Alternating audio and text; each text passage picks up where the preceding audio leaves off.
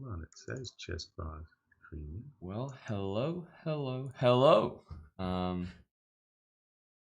Yasser, good morning, I guess I have to say, over here in Calgary. But welcome back, Yasser, for the third place matchup between the Canada ChessBrahs and the China Pandas. And we're about to get into what should be a very, very competitive match, actually. It doesn't get any easier when you're playing for third place.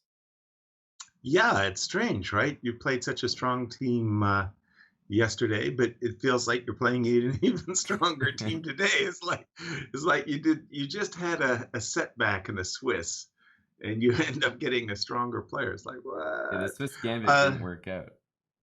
didn't work out very well. Hello, everyone. Thank you for joining Aman and I as we get tucked into this bronze medal matchup for the Professional Chess League. Speaking about the teams, what are the two teams, Aman? So first of all, we've got the same roster that people will be familiar with if they caught our broadcast yesterday. So as far as Right, our roster goes, it remains the same, which is Alexander Grishuk, Anish Giri, Ivan Sharic, and board for Aryan Tari. So our lineup's the same. exactly.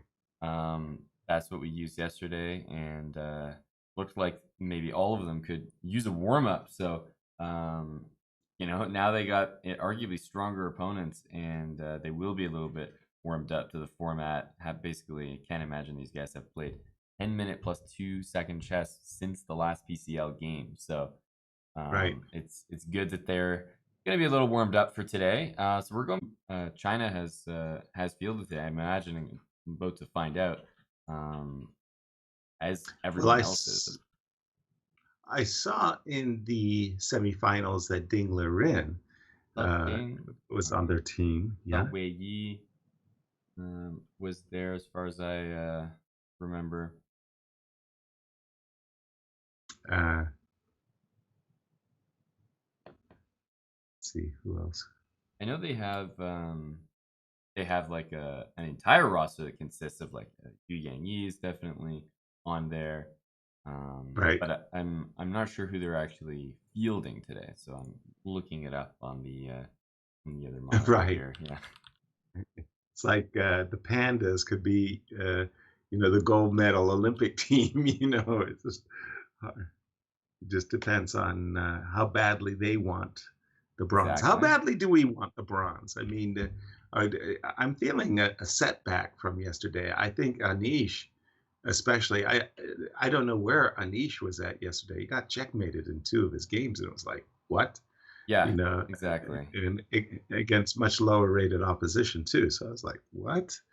So, I'm And feeling like, it's really impressive this lineup that China is able to bring, because I've just looked it up. yeah, So they've got um, Ding the Ren, as you mentioned.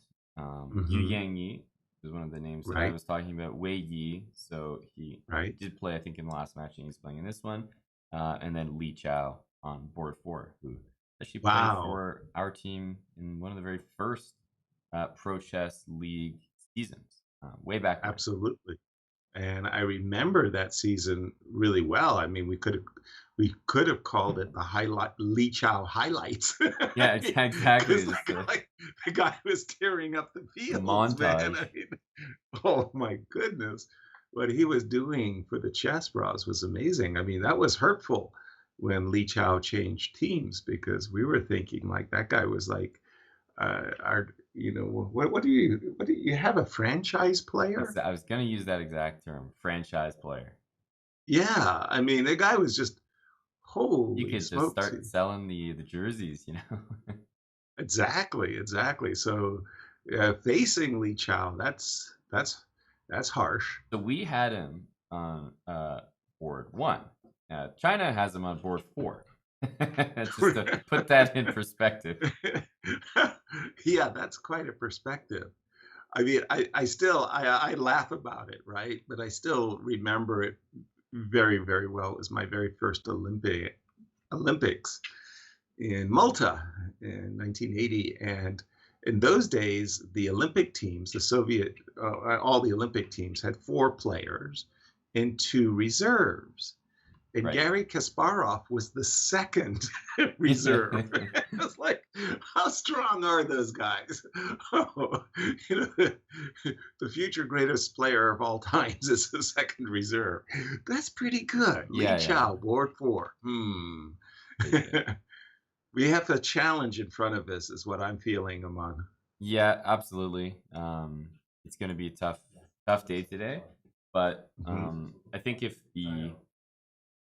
I was on either team, I would want to play the absolute best. So I like that just because it's a third place match. The guys aren't Yeah. sending out the D League, squad. They're sending out their best, which is what we want to Exactly. see. We want to see the highest quality chess, and we want to see, quite frankly, we want to see better chess from our guys than we saw yesterday. Yeah, we had moments where it looks like we were about to shine, and Armenia came back in a number of games. I remember specifically towards the end that we had 2 games that I thought we were favorable. We scored a half out of the 2 points that I thought we were going to get. Yeah. So, yeah, I think Armenia yesterday were just they just played really well, whereas we just didn't take advantage of our opportunities.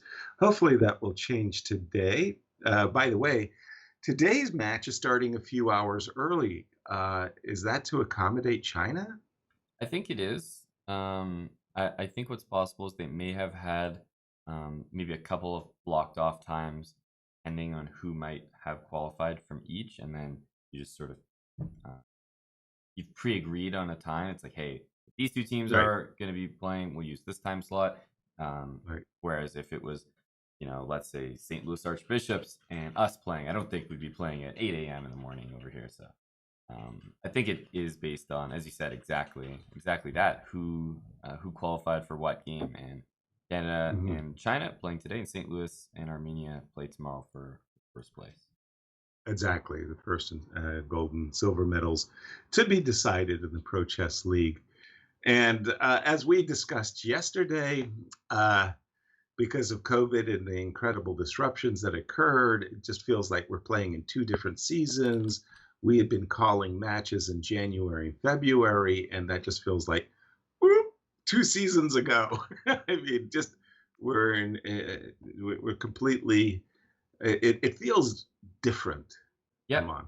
No, it does. It's I think I used the quite relatable feeling that wind was just out of our sails. We had a little bit of momentum a while ago.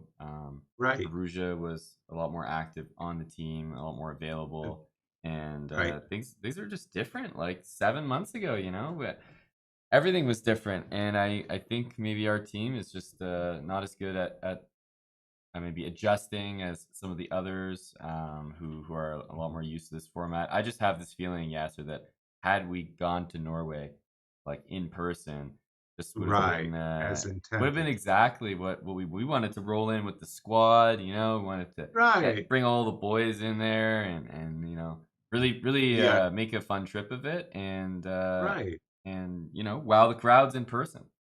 That Right. was the plan. Be our belligerent best. I mean, yeah, that was what I was looking forward to. And man, the shutdown and everything that went with it just kind of blew us off course. Now, having said all of that, I mean, it's always nice to finish on a bang. Let's put it that way. And Yeah. defeating the Pandas would be a feather in our caps. Yeah, it really would. I'm And the just games have I'm started, it just looks. catching up with some of the games here. Sorry, Right. we're just trying to at the same time fix your cam, which looks good on mine end, but And we're my just camp. making sure. No, it looks good on my end, but it looks a little choppy on screen, so we're just making sure that you're uh, displayed in the HD-ness you deserve. Yeah, sir. well, excellent.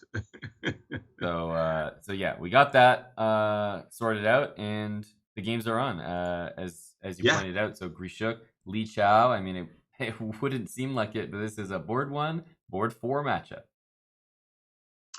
Wow. Yeah, what can you say? And I guess it comes out of the London system, so you probably have a more of authoritative voice than I do. And they copy each other. This bishop f5. I don't think bishop f5 is as popular as other moves, but Yeah, yeah, although it's also knight f3, let's say, is not the purest form of right. the bishop f4 London, whereas oftentimes Yes, I think this mirror way of playing is a little less effective when you save this knight move and replace it right. with something else, like a quick c4, for Okay, example. So right. the fact that that knight is there, I think, Committed, does yeah. let him get this bishop move in. And neither side, I think, Okay. wants to go for c4 or c5 because it's just always so annoying. This bishop takes b1 and bishop b4. Little trick that you need to watch out for. Put your king in the center there. Yeah. Yeah. So he goes Yep. bishop d3, and honestly, this doesn't look like a very ambitious way to play at all for Li Chao. So I mean, maybe that's part of the match strategy, right? Just be super Right. solid, take your chances when you have them. No need to go out there and just crush Rishuk. You know, you just play even with him. But yeah, there's just nothing going on here in terms of an advantage for Li Chao. Absolutely not. And but on the other hand, having said all of that, Li Chao is the fourth board Yeah. against your first board, so uh, a small success. Let's go I around the think they horn. even agreed to a draw. So let me just Agree to a draw. Exactly at the point we were saying yeah. it looks pretty even. Yeah, no, that is the Okay. definition of even. We're gonna go on to one which is definitely gonna be a lot more exciting by the looks of it. You know, Mhm. the beloved Anish Giri back in action, and he is playing the Najdorf here, Yasser, and this is already guaranteed to be a lot more exciting than the last position we looked at. No question about it. Much more striking. Lots of dynamic imbalances going on. This knight on c6 is a monster square, but the pawn on d5 very vulnerable. And if you have to play bishop takes b6, I'm not saying you have to. You might have a move like queen a5, possibly, although not 100% sure that queen a5 is good.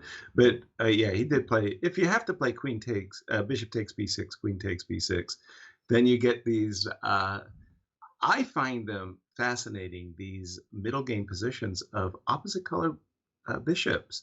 And Yep, while a lot of people would just say, equal or what have you, no, those are really not the case because the imbalances that the opposite color bishops in a middle game what they provide is a really great initiative for the attacking player. If you have the dark squares and you're under the attack, well, you've got an extra asset, your dark square bishop, and your opponent can't match you, yep. and vice versa, of course. So that's why I personally find them intriguing, double-edged. I like them, and this position for me is great. I mean, you need to win. Yep. You want a position like this, not the previous game. Okay, having said all of that, I suspect we're still in theory.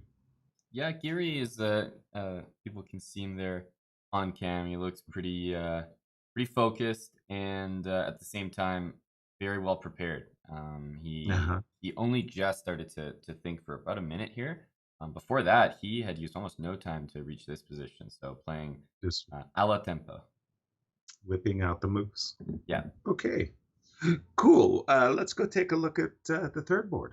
yeah. So this is Ivan Šarić, and he's playing against Yu Yang Yi, who it looks like they're in a Petrov here, which is fairly classic. But bishop g5 on the board, I think we've joined Hmm. right at a tactical moment because c2 is under attack, and bishop g5 is just a hanging bishop. So he's inviting queen takes g5 in order to meet that with queen or bishop takes c2, probably just queen.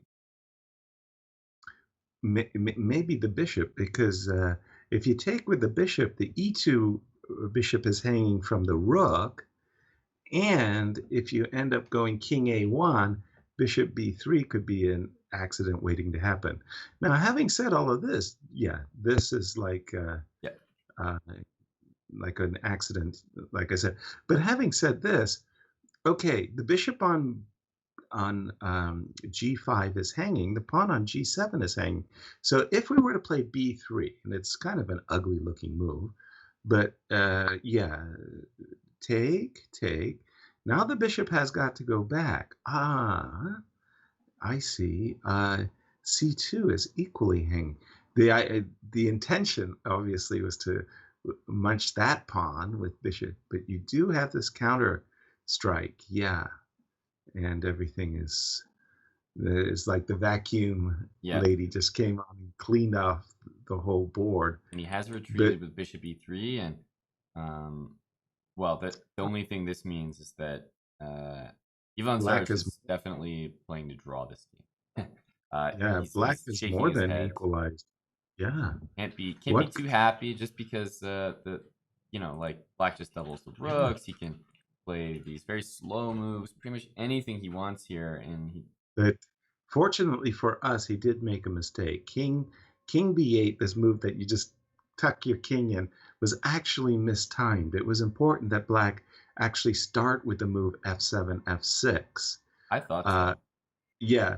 So after king b8, g5, now the situation's much different because we get to kind of focus a little bit our attention on the f7 pawn. Hmm. For example, we're going to go h4 and rook g4 and rook f4. And that means that black is going to be occupied protecting the pawn on f7. Conversely, if black had played f7, f6 Yeah, I was really hoping for a that. moment ago, our sources of counterplay are just not there. Then So rook that was a e5, big difference. h6. Yeah, no, completely agree. This is Petrov, by the way, we can maybe expect not only in this game, but probably a lot of other ones throughout the course of this match, like a real Hmm. specialty of the Chinese team. Um, True. but refreshing here, getting in the current position. Yeah, this pawn on g5 makes a big difference. Like just that g7 pawn. Imagine black had pawn on f6. Exactly. Again, everything is under control. All the difference in the world. Now, having said that, the queen is on a3, There bishop and is c2 here. yeah, exactly. I mean, there. Ooh, he didn't even consider. Yeah, I think that we have to play king d3, and that's a Yeah, different.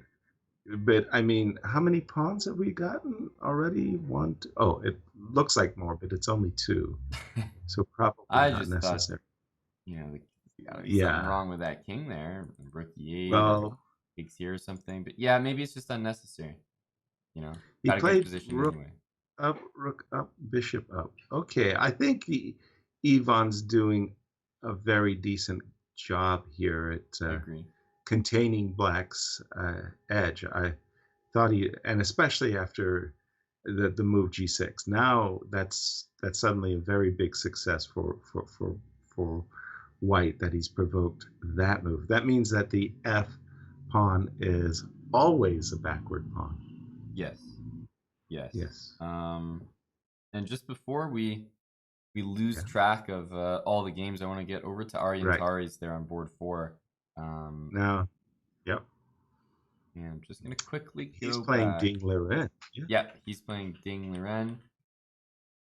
This is the other board 4, board 1 matchup. Mm-hmm. And really, just on a personal note, really hoping for a much better day for Aryan. I know he took it probably quite hard. He's a competitive player and a very Right. strong player, and I don't think he showed all of that yesterday. So I know that he is definitely looking to come out with a big performance today. And what a way to start against Ding Liren. D4 Well, bishop f7. well, exactly. Now the question is, you just played Bishop takes f7, and it looks like a really juicy move. A question I might have asked is, how good was Queen c4? In the words of Walter Brown, immediately. Queen e7. Queen e7 and Queen e7, e5. I would. I mean, bishop c4 is very compelling. As a bishop, pardon me, f7 was very compelling. Just want to make sure that we didn't even miss something even more juicy. Yeah, take. In either case, well, you're hanging c5, but I'm hanging b2, right? But Yes. then you're hanging e7. Wow. And maybe I Uh, even take on my, aha. You could, okay. Interesting. All right. But we weird, did see wild. bishop, yeah, weird, right? But we did see bishop c4 in the game and queen c4 check. And King is using all his time here. I mean, he's down under 2 minutes. I'm my after you first take this, my first thought impression is this is good, yeah, sir. is Ding Liren fell for a very nasty tactic. Yeah, no, this looks like it Bec- was overlooked by Ding, and wow, right. you'd love to see the momentum that you could really like set the tone for the team coming in from board four position, taking out Ding Liren to start things off, and he's put himself in position to do so, as far as I can see. Well, let's see a terrible move. King g6. Just go ahead and crush me. King g6, queen takes c5, knight takes e4. I mean, if I'm going to have a wandering king, I don't want to be material down. Yep, Uh, if you go for an ending like queen d4, I think you're doing me a gigantic favor. Like, it's like, sure. oh, my king's so floating out there exposed. But it's not so I think easy we to have some get to the moves. Rook rook. e6 played. Wow. Wow. Very similar idea, but I have to say The this king's on f7, not g6, right? it feels like this one lacks a little bit of coordination compared to King G6. Somehow it looks a little funkier. Yeah, okay. Um, Now, once again, I mean, maybe it's my blindness, but I don't see the knockout. Queen h5 check, king g8. I That don't think there feels is a knockout. like, well, when you got somebody like Ding Liren down on the mat, you don't let him get up. I mean, okay, if we go knight e4, rook e4, bishop e3, Yeah. uh, as we were talking about bishops of opposite color, it's all about the king position. And the fact of the matter is, black's king is going to come under threat. So d3, queen c3, I want to pick up that guy. That pawn on d3 has got to go. Yep. I mean, it's And I just mean, going to be a little it's bit just better a for nice him. extra pawn, It yeah. is. But I really was hoping that there was going to be something more Punchy. yeah, punchy. Queen f5 check, queen f6, Yeah. and or knight f6. I'm not a big fan. Um, The bottom line is yeah, that Aryan should be up a pawn here. He just has to, in his head, work out the best pawn up position that he can sort of construct. achieve. Yeah. Yeah, exactly. Exactly. And Exactly. the score line already reads 0.5 to 0.5 because we had board one. For us, Alexander Grishuk agreed to a pretty quick draw against Li Chao. And honestly, not that, those are results we want to be playing for, but in the position that they had, I think it was very fair. There was Exactly. nothing going on in that position. Exactly. You got that looked like a desert. uh, Now, another idea is that maybe you want well, I was about to say another idea is maybe you want the king on g8, a similar variation with queen h5 check and bishop e3. He has played queen c4. Wow. Interesting. Wow. Inviting knight takes c3, b takes c3. And I Yeah. guess the idea is you want a passed d pawn. That is to say, he wants to take c3 takes d4, play d5, and then operate on the long diagonal. Bishop goes to b2, rook goes to d3. 30 Of course, seconds, if he Yasser. Let's not forget for Ding Liren. I don't know how comfortable he is with those oh, 2-second increments. nobody's comfortable at such an increment at this stage. Ooh, So that already shows a great deal of discomfort, I Yeah. want to say. That move is not a handsome move. Queen e7. Okay, we take with the pawn Yeah. so that we can go E5. d5. And okay, now at the moment, we just have to be mindful of rook e1 check. Yeah. I think you So shove he up the bishop, covering d6 with the bishop as well. making sure that d5, d6 will come with tempo. Aryan has a crushing position. Don't forget b7 is hanging. Also, that's a nasty extra. That's a double extra pawn. And with that move, Isn't he just Dinglerin winning? showed he was aware. Oh, now you've got to be It's just rookie one. d5, d6, d7. No? Well, d5, rook b6, right? Ah, okay. I guess I guess so, Unfortunately, yeah. but I was about to say rook e1 would have frozen Dinglerin in his tracks. I mean, there's no that pin Yep. is nasty. But okay. What did Tari have in mind? Queen Okay, of king three, g8, pretty much the queen of half that I would six. have thought. I'm not sure that Tari did this. I don't like this this method. Although, I mean, after rook a1 to c1, rook a1 to c1, I thought that with the idea of putting the rook on c7, life was great. Life is still good, I but still I'm think, really yeah, rook e1 I'm a fan of. You take it okay. though, there's queen a1. Check. So I love the world champion, the very, very first match of the world championship between the KKs, 1984, 1985. It was this beautiful game where Karpov played King H2 in such a position. Just, you know, typical Karpov, just absolutely, absolutely making sure that all of his pieces were untouchable. And because you mentioned that Queen A1 check in Yep. between the King on H2, I found that to be very attractive personally. Okay, now it's time to go Queen C3. What do you think of queen h4 to e7? Great. I was just going to go Queen C7. I was going to play Bishop takes G7 and Rook E7. Ooh, he didn't play Bishop takes G7. He played Bishop G3. Well, this is actually still crushing, right? It is crushing, But yeah. but There's also a again, queen c4 check to nasty, sort of keep the nasty. king. Okay, rook e7 also do the trick. Yeah, I mean, once again, I'd love to see the king on h2, so I would probably play rook check and king h2 myself. Yeah, king on h2 is just one of those moves. So Yeah.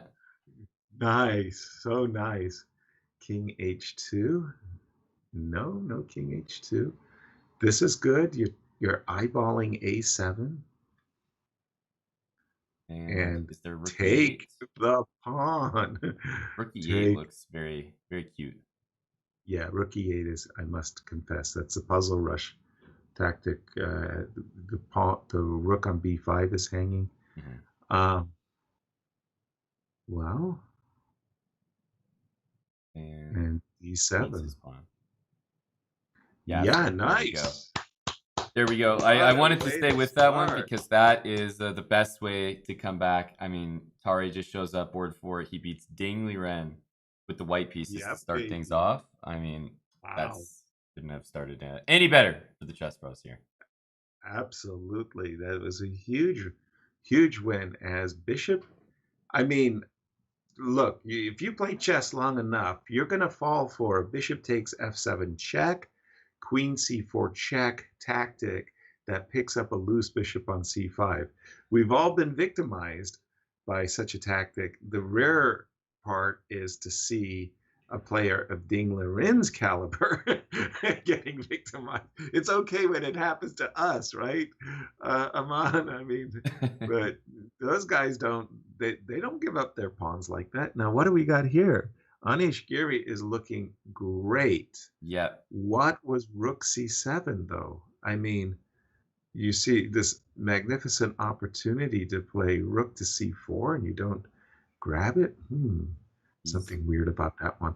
Okay, it's time to round up the G5 I pawn, was gonna right? say, Rook G4. what's going on with bishop f4 or rook g4, I'm playing Rook G4, and I'm playing Rook takes. rook Uh, d5 here? Yeah, yeah.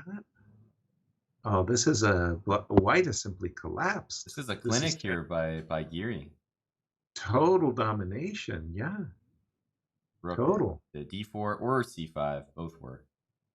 I like that. Yeah. Wow. He's just gonna resign, and let's get right over Oh no. before we touch the This rest was of the the action. Let's just get right over here, and this should be a losing. easy easy win for Yu Yang Yi. With Ivan Saric, the moment we saw the move Bishop E3, we knew, uh-oh, Yeah, things had gone south right out of the opening.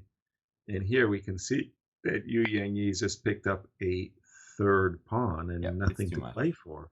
It's too much. He might even just resign, and he does. Yeah, And he yeah. does. Oof. There's not much to do there, unfortunately. And you can see the players on the screen there. So overall, we had the very first round Geary and Tari with wins. We shook with the draw, and we just saw Sharich with unfortunately losing that game. But it looks like he fell into maybe some bishop d5 thing earlier that did not look good. He definitely missed a tactic, as did Ding Liren.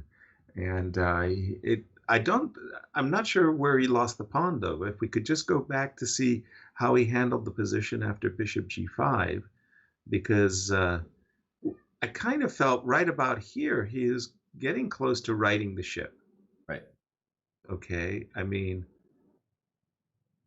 It's this this A A pawn pawn. though that really does prove to be super annoying because it's you let A3 happen, all of a sudden you're never safe, and you take. I mean, you just have to take a look at those pawns, and that'll convince you how. Well, the weird part is if you go back just for a second, Aman, before we saw the move C4, before we see C4, yeah, somewhere just before that. I mean, you could always play like a move like Queen B4, right? I mean, if you just wanted to clean up things over there on the king side. But at the moment that drops the pawn on E3. Yep. So, I mean, shouldn't we have started with, I don't know, something like Rook F1? Yeah, Yep. so that we can, we'll keep Queen B4 on tap, so to speak, and okay, but this was how he lost the pawn, is he got himself into trouble really early, and you're right, the A pawn became, Yep. And ugh, I know it looks bad, but the reason why he did feels that bad. is he just does not want to see A3, which is maybe even worse. I understand that, that Still think maybe king this B2. is kind of, yeah, this is one of those, the cure is just about as bad as the disease, taking on A4. Ooh, Yeah. no, no, not a happy camper, but I'm happy about the result. Very, very nice, very, very nice. Two and a half, one and a half. Yep. No, this is a great start for the team. You can see 2.5 to 1.5 is the score after the first round, and largely in part thanks to the wins from Geary and Tari to begin third place matchup. Yeah, very, very nice. Now, let's do some kind of commercial breaks here. Where it's sub-September, and this is the time that folks should be subscribing multiple months, not just a single month, but because they're getting such a fantastic discount. Tell everybody why we need their support, Aman. Well, the nice thing about September that from a marketing perspective is Yasser, we have lots of promotions on the channel. We have lots of things we're trying to sell people, but this is a situation where I'm actually talking mainly to the people who might subscribe anyway, And Mhm. if you're going to subscribe anyway, this is just you saving money basically, because as long as you just package it all at once, it's like, you know what? I'm planning to hang around for the next 6 months. There you go. Right. Pay 6 months at once and basically save 2 months. So, we get paid the same amount, so it's no skin off our back, and Right. you guys save money. So, overall, it's just a great way to keep that sub active. We got a lot of sub benefits here on the channel, and just get on a recurring Yeah.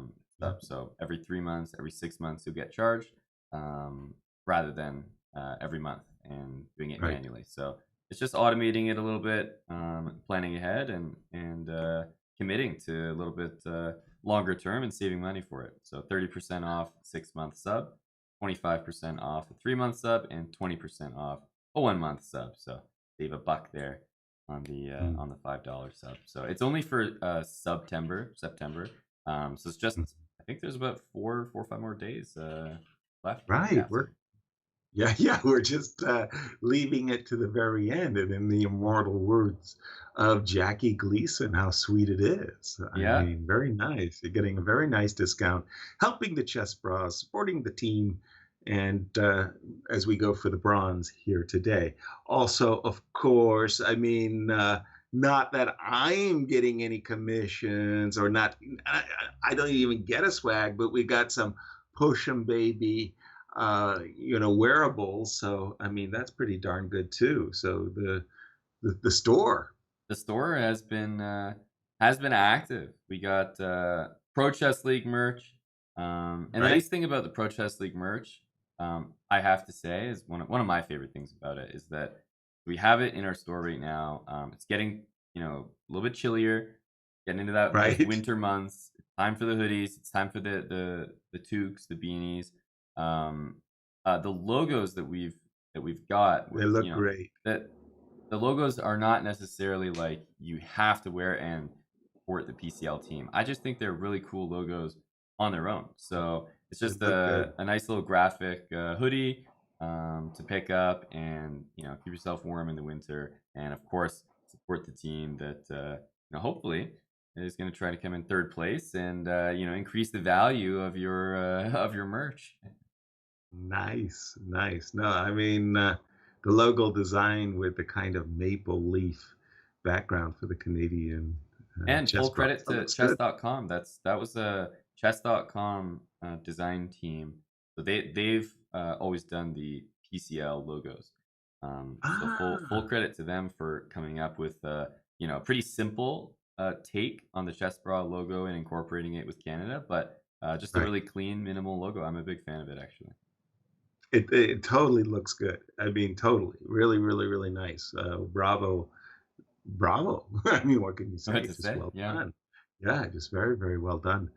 Okay, so now again, this is going to be a kind of a round robin. All of the players play against the other team's players. So there's going to be 4 rounds, four Yep. points up for grabs. Uh, the Montreal Miracle. Yeah, yeah. We scored There's at five least out of 4 four. points up for grab. At least, yes. Thank you for correcting me. There is at least 4 points up for grabs as we try to score the bronze. Now, speaking of which, I mean, in these very very uncertain times, are we going to be back?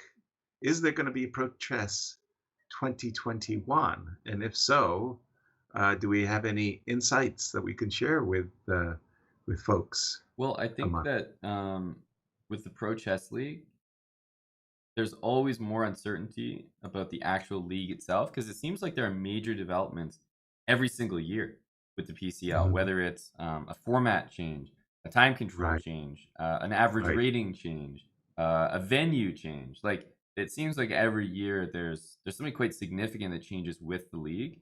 right, So I'm not sure what to expect for next season, especially taking into account that um, they might not be able, it depends how things are, but they might not be able to plan for an in-person final, reason they might right. have to plan for it online and, maybe turn it Mhm. into something in person, if things improve. Exactly. Yeah, I'm not sure what to expect from them, and therefore I'm not really sure what to say from us. But one thing is, I mean, we've always participated in the PCL, and we've Right. always tried to put together the best team based on the Right. rules that they outline. So Mhm. we're sort of just waiting to see how they format things before we put together the right team for that. But we've Right. always participated, and I can just say we were really looking forward to doing something in person this year, which we thought Right. was super cool, and it'd be fun to play in that IRL venue. So we wanted to put Mhm. together a championship, a top four team for that purpose, and we did it. But unfortunately, we didn't quite make it there, so we're gonna have to keep trying.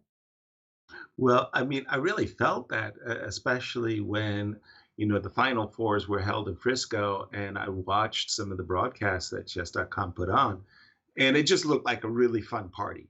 I Yeah, mean, exactly. and I was like, hey, I want to go as a tourist and just be a part of that because it just looked like so many people were having a really good time.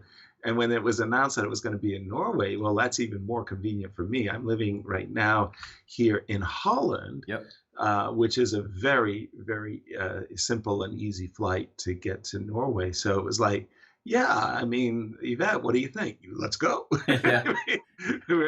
we're, we're all but packed, Oh, it's and really well, unfortunate. COVID-19 really put a damper on things. But yeah, we were really looking forward to it. So hopefully in 2021, if they do make plans for a physical location, we can be part of it as well. Any cool comments from no news? Yeah, sir. I'm getting from ZZ Chess. Yeah, ZZ Chess. ZYZZ Okay. Chess is actually the Canada ChessBrahs Pro League manager, Okay. National Master Keith McKinnon. Well, thank you, Keith. And I saw that we're getting some subscribers Yep, for 2 years and 6 months. Now that's what I'm talking. That's a commitment. yep, it is. What kind We've of had discount are you? What kind of discount you're getting on 2 years and 6 months? Holy smokes! It's getting a year's discount, I think. practically Yeah, the whole damn thing's free. I know. Like what? This is great. No, they really should have introduced it a while ago, like the idea of just subbing ahead of time and buying packages, because I know a Right. lot of people that would definitely do that. And if you're not interested in it, you just can go month by month. So there's no pressure. But yeah, it simply makes a lot of sense. Well, one of the things that's really, really hard on the chess browser as we get set up for the start of round two is the incredible volatility of the subscribers. The subscriber base goes everywhere when everybody's on a month to month. It's really, really hard to make long-term commitments like to the chess bras team or the chess shop. Yep. And when you do subscribe for multiple months, it really helps the cash flow. I mean, you can really start doing some very nice planning as opposed to just, Exactly. uh, No, planning, it, you bring up a great point. Just the security of knowing that you've got, X amount of commitments, and you can plan some of the fun events and stuff that, right, sometimes you just don't know what things are going to be like in a month. So right, it does give the streamer a bit better of an idea in that sense. exactly. Now, C5, I mean, this, let us say, modernized Tarash with C4 takes D5, knight takes D5, Yep. E4. White has been, it's almost kind of like a Berlin. It's like this kind of a blocking defense setup that has really, in many ways, neutralized White's advantage and become enormously popular at the elite level. I think it was the candidates tournament in Germany where it just seemed to be a feature of at least one game in every round, and the black player was really neutralizing white very comfortably. So yeah, and by the way, this recapture with the pawn on d4, I'd never do it in my I would never yeah, do it. that just feels so unambitious. I mean, like what? So, I mean, this might be good. This might be theory. This might be by design from Grishuk. I mean, he's obviously doing this intentionally, but I can just every fiber of my being plays knight takes d4 here. Exactly. Exactly. Precisely. So, okay, let's leave this alone as the players get in what I would consider very tepid, whoa, waters. Li Chao has done something a little wrong. Okay, he wants to play a Grunfeld, but with the h4, Geary's coming with e4. the anti-Grunfeld. Have Right. the H pawn up there again. We've sort of harped on this in yesterday's show as well. Just whenever Yes. there's a knight Yes. that's not on f6 and there's a Yeah. G pawn Li fianchetto Chao. coming, I mean the H pawn running up does make a lot of sense. And then he follows it Right. up like this. What do you make of this Okay. move f6, Yasser? Well, the problem from Black's point of view is White's play is very harmonious and quick. King c2, bishop f4, rook d1. King c2, bishop f4, rook d1. Bishop f4 will hit the pawn on c7. So whole design of the move f6 is to meet bishop f4 with e5. The other problem for Black's setup is if Black had just quietly played, for example, bishop g7, instead of f6, bishop g7, bishop f4, let's say c6, king c2. Compare the bishop on g7. It's just not Doing effective. anything, yeah. Yeah, it's not effective.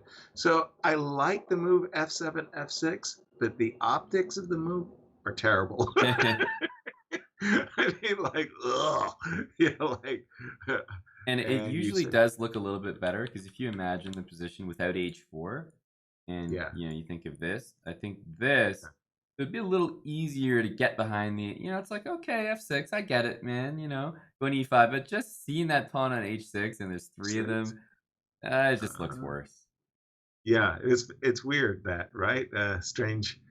And by the way, since e7, e5 is coming, and it's such a strategic victory of sorts for Black if he achieves e5, Yeah. we just saw Anish say, nah, you can't have No, he does it. it No, first, no, and I mean, no right, matter how you react to this, takes, push, do nothing.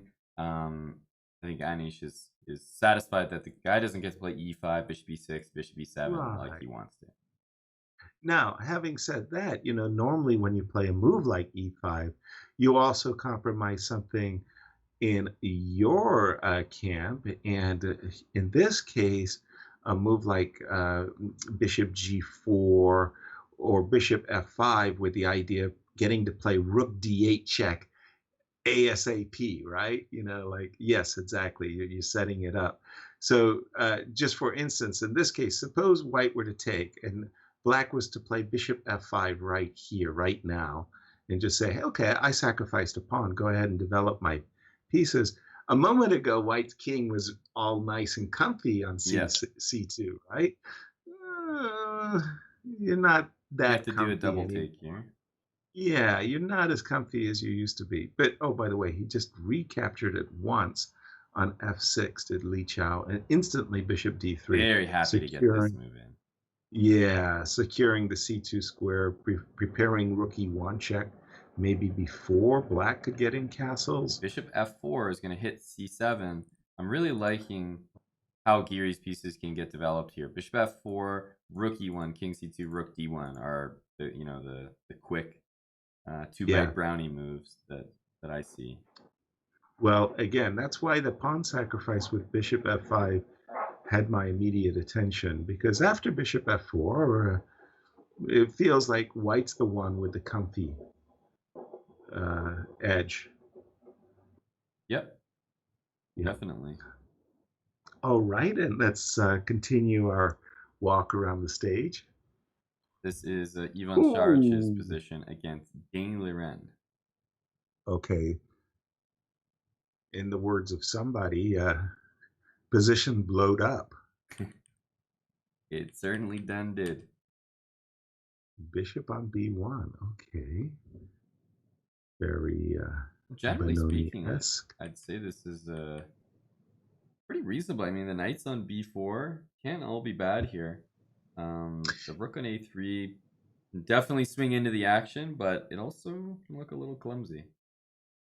Yeah, no, I mean, I'm seeing these black miners, pardon me, posted up on D4 and B4, and as far as Benoni players are concerned, you got to like it. Now, here, this move Bishop H4, what that suggests to me is that a capture on E4 is going to be answered with F3 takes E4 because the bishop on H4, the purpose of the bishop on H4 is to eyeball F6 and maybe play rook on A3 to F3. So bishop H4 sacrificing the pawn on B2. Intriguing. I'm a pawn grubber, but I would have been reluctant to grab the pawn. What are we doing after rook B3? I think bishop e5, just Because because bishop D4 has an issue, the and that's tactical the issue. issue. And bishop Yeah. e5 focuses f4, after which, if you move the bishop, there is hanging knight Yeah. on e4 to save you. Okay, so here we are, and it's a good thing. Yeah, this is very important. And now, if you do take and white takes back with the f pawn, it just looks like a strategically lost position. Mm. To me, just like king g7, rook f8, and you got an extra pawn over here. Really looks Indeed, solid there on the indeed. dark square. Okay, so just a second. So, I mean, I'm eyeballing F4. Can we just see F4 for a sec? Yeah. So F4, bishop there, and I've got no, man, it's weird. I can sacrifice exchanges with knight D6, but I'm not that happy, am I? Don't think so. I don't see. So the sacrifice, just for the audience, I was Yeah. just looking at knight D6, bishop B1, rook B1, queen D6, rook B4, takes on B4, takes on D4. So this was the exchange sacrifice. Did I win a pawn at least? No. You won the But d6 anyway, pawn.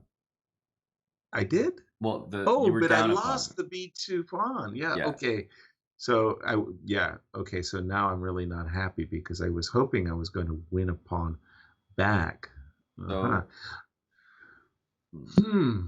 so First impressions are I have to say that black's happy. this game, just to announce, Oh, has been drawn quickly. This is the Geary one we were just at. So just wanted to show that rook d8 was played after bishop d6 and king c2 draw. I mean, Li Chao is he's happy to show up and dust off the top two players for our roster and say, look, I'm playing to take draws against them, and probably play to look for big wins or big points against the other two. indeed. And by the way, for those of you who don't know, Li Chao has basically become a trainer at a Chinese academy and really, which is kind of sad on the one hand. I mean, great for his students, but sad for, his professional career, right? Yep. Because he was one of those players that I actually really enjoyed watching him play. I thought that he actually had a very creative style, and I thought that he was going to be a kind of an anchor for the Chinese Olympic team for at least the next couple of Olympiads. So, uh, and sometimes when you become a trainer, it's like you forget about your own game, right? Your attention is now so focused on your students that you end up losing a lot of ambition that you Yep. might have. And seeing him make those two draws, well, especially against two very, very strong players, is fine, but they just seem a little bit lifeless. Yep. And this would juxtapose the play that we saw from him in 2016, 17 Pro Chess Exactly, League, where exactly. he was on the Sports Center top 10 every morning. Yeah, throwing the patties each and every game as well. I mean, the games were just, you know, Wonderful. Now, what do we have here? So here's Uh, Aryan again with the black pieces. This time he's up against Yu Yang Yi. As Rakesh is pointing out in the chess.com chat, I kind of like this. Every game he points out on chess.com just some little stat between the two players that are playing. So okay. sometimes he posts a lifetime score, the most recent encounter, and this time he just wrote that both Yu Yang Yi and Tari are former world junior champions. Indeed, they are. And Very as a prestigious former title. world, yeah, as a former world junior champion myself, it's nice to Thank you very much. commentate on with the play of today's world junior champions. And Yeah, I'm also a former world junior participant. there we, yeah, baby. I was there. I was at the tournament once. You watched. I was got a ribbon. I got a ribbon. Nice, nice. Uh, by the way, I'm really liking Yu Yangi's game. He won his first encounter against Ivan Saric, but here, if you just look, it's sort of like White's pieces have squares. Like we can see this bishop is going to show up maybe on G4, maybe on F5, and if that bishop takes the pawn on E4, there's a weakness on B7. H7 is almost always ready to fall, Queen G7.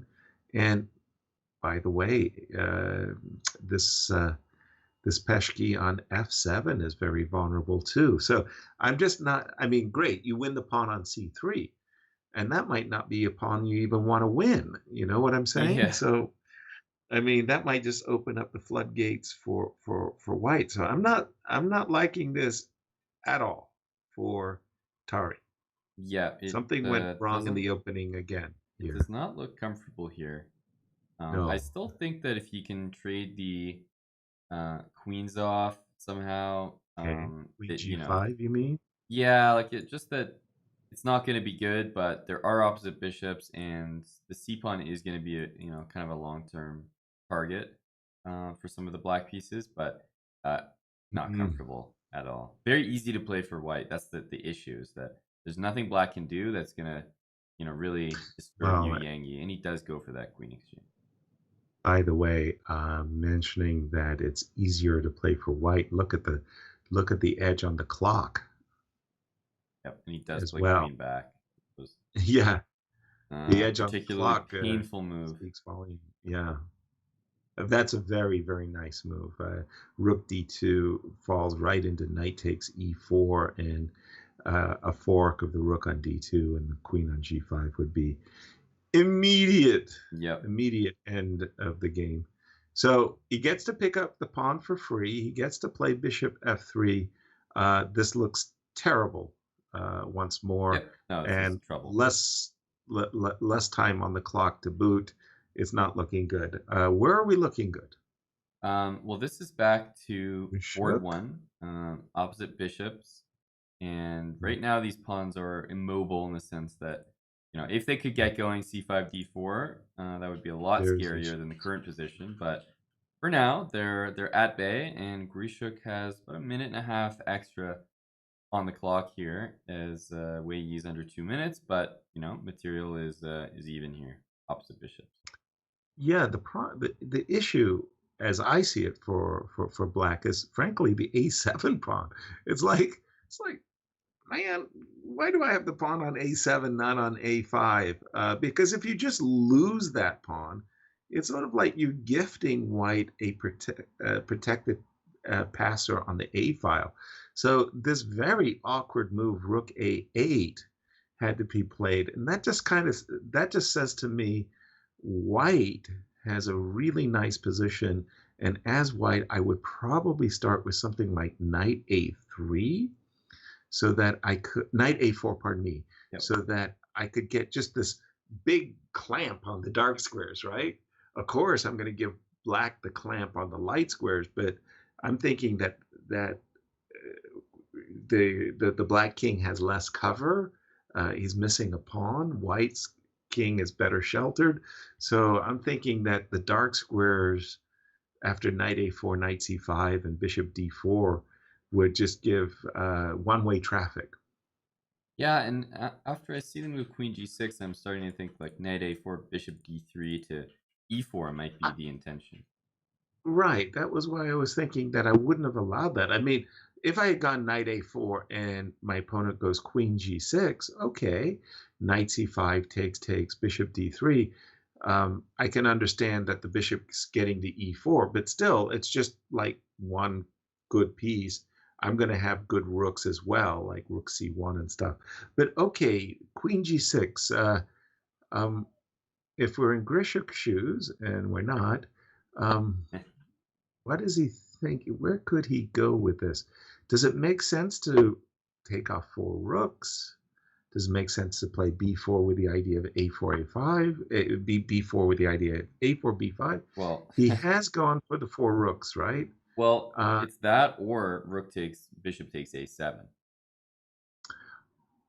Like he might have you. been, after your heart there, Yasser, grabbing a7. So it's actually queen takes e8. Whether or not Which, Grishuk was going to do it, it's great that he doesn't even have to calculate it. It's up to Wei Yi to decide whether he was man enough to take that pawn. well, Wei Yi said, look, I don't like my position, but I would like it even less if I was a pawn down. But Yep. I got to tell you, winning the E file, that was a huge strategic But what achievement, about and just it knight a4 now? Now there's the bishop exactly. d3. Now it makes a lot more sense. Oh, absolutely, it makes tremendous sense. The other thing that makes a lot of sense to me is Queen E3. Yep. Hitting Queen a7 and E3, stopping rook to e8. Queen e7 maybe as exactly, well. exactly on both counts, but it also introduces a very nasty Queen E7. Queen E7 might, hurt your feelings. Yep, minimum. Minimum. This looks Yeah, promising. Time's but evening very up here, about a promising. minute apiece. Just gonna I check quickly the please. Aryan game just because I see he's low on time. And it looks like he's, quote unquote, won material here as he picks up an exchange, but he's down 4 pawns for that. And that's a lot. Four connected fast phones. Yeah. Wow, This four this is too connected. much, I Yasser. I'm usually satisfied with two, but four. I mean, that's asking too much. Yep. I once had against Bent Larson four connected pass pawns. I'd sacrificed a bishop, but man, three connected pass pawns. The bishop, strangely enough, can really put up some resistance. Four connected pass pawn, it wasn't even close. The bishop was hopeless. It was dead, dead, dead, dead, dead. Okay, rook a2. He's getting Okay, something. Tari's, Because that he's bishop getting. controls a1, it's not That's a walk in the right. park.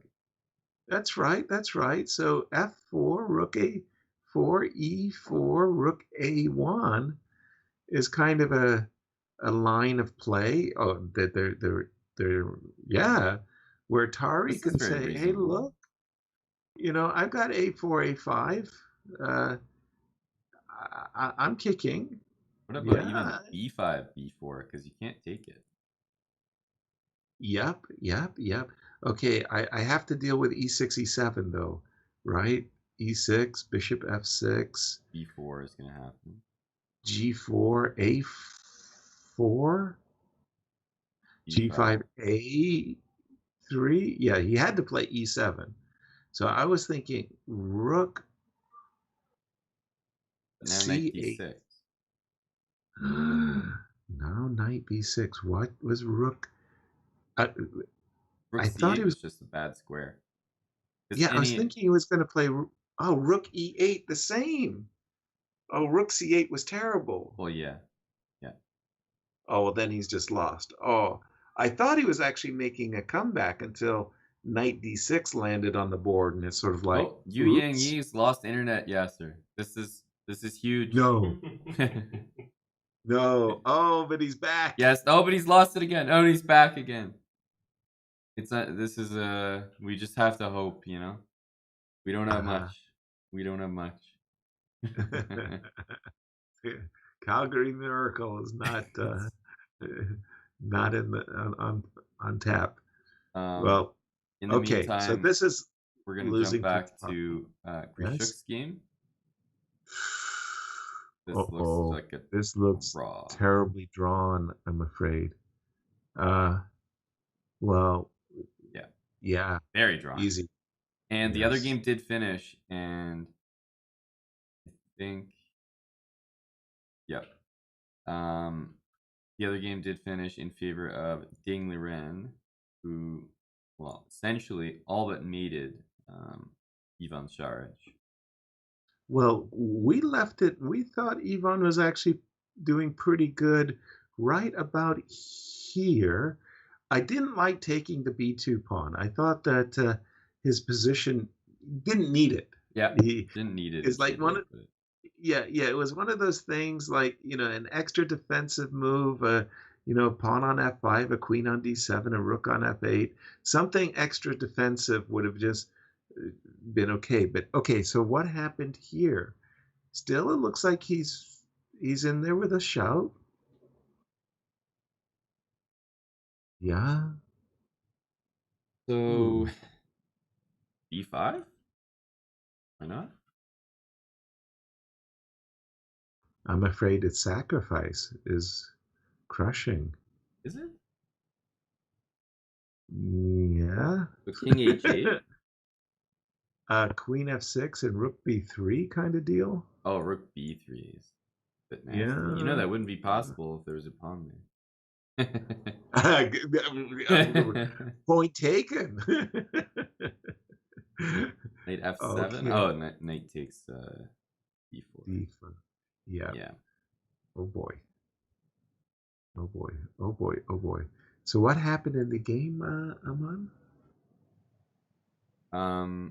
He took him with King F7. Oh, I see. By the way, for those of you who love attacking games, do make an effort to study Ding Liren's games. I think he's just a marvelous attacker. And a game that he played in the Olympiad against Duda, I think was one of the finest attacking games I've ever, you know, witnessed. It was so much fun. Ooh, Queen H7. That's painful. Yep. Something tells me that after achieving a really good position, Ivan went down like a rock.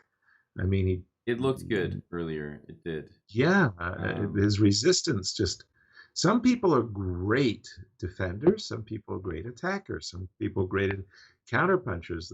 The greatest of the greats do all three very well. This one, Ivan did not look like a good defender. I thought Queen G3 Amadan here. I think he was asking about F5 here as a move, which um, I, that was the move that got my attention, and I was thinking about it too. The problem was Queen H3. yeah, I guess probably both the same. Well, the problem is we got the double hit, right? We're hitting the knight on D3. We're Yeah. hitting the queen on D8. Now, the key question is queen takes H4, queen takes H4, rook takes E2. I'm sacrificing for two minors, but those minors are amazing. you know, Yep. and I've got the E file, rook E8 and knight F2. Is it worth a queen? I'm doubtful, but okay. There was one guy, his name was Nejmadinov, and he did terrible things to people, Yeah, you know. this looks like something that I would play, and also something that isn't enough. Right, right. But, the alternative here, you're going to go down in a blaze of glory, right? Yes, Aman, exactly. it's like, I mean, and what happened instead was not pretty.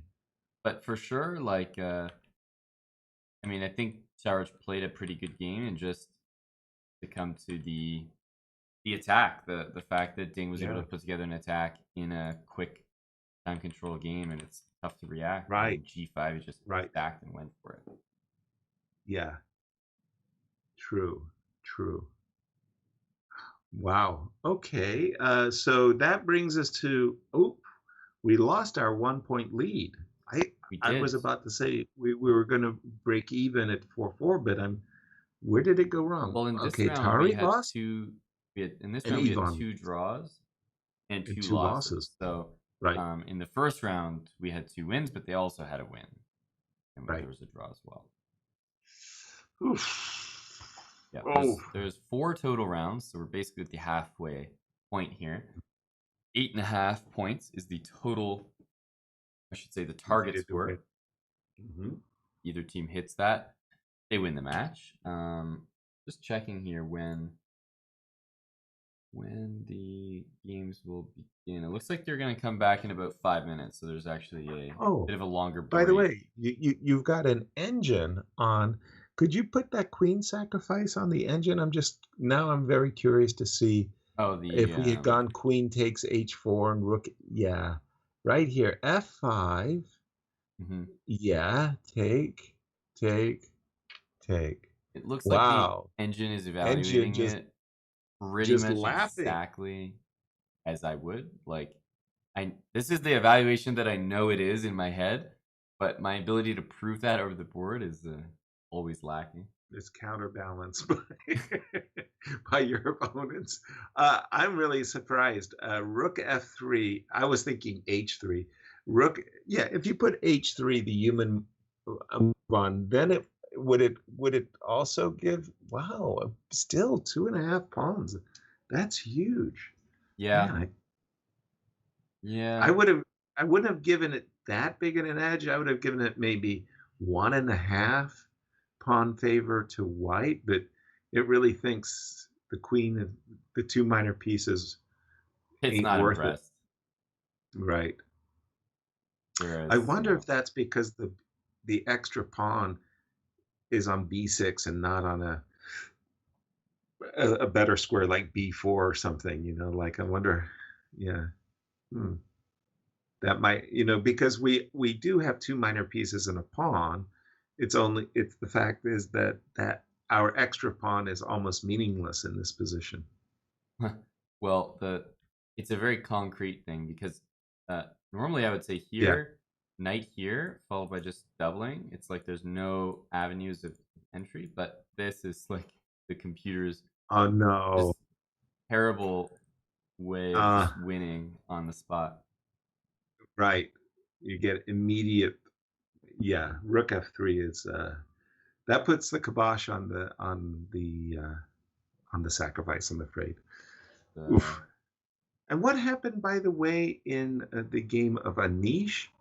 I don't recall seeing too much of that game. well, we checked the end of it. That was the one with bishop d6, Oh, that's what and it they was. agreed to a Yeah, draw pretty much right away. correct. So Right. that was the rather quick draw there Gotcha. between Anish and Li Chao. Right. Right. And so the score is 4.5 to 3.5. Pretty close. We had round one, they had round two, but it doesn't really work with like who had the round and like 1-1. It's No. more like UFC or boxing. They have the Point scorecards. scores. Exactly. Yeah. The point scores. Yeah. I know that in the Olympiad, it was very, very cool. It was very strange how it worked. It was like the match scores were at one time more important than the accumulative game scores. Now it's like accumulative game scores are more important. So if you had, teams that won two, solid teams that won 2.5, 1.5, and you had teams that, lost matches but won matches for zip. Yep. It was the tortoise. The tortoise teams were the gold medal winners. Now it's all about getting as many game points as possible. Yep. Yeah. Wow. Ah.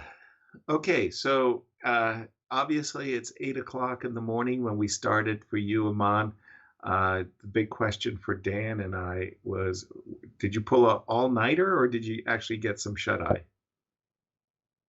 I'm offended by the question. Yeah, sir. I'm just downright offended.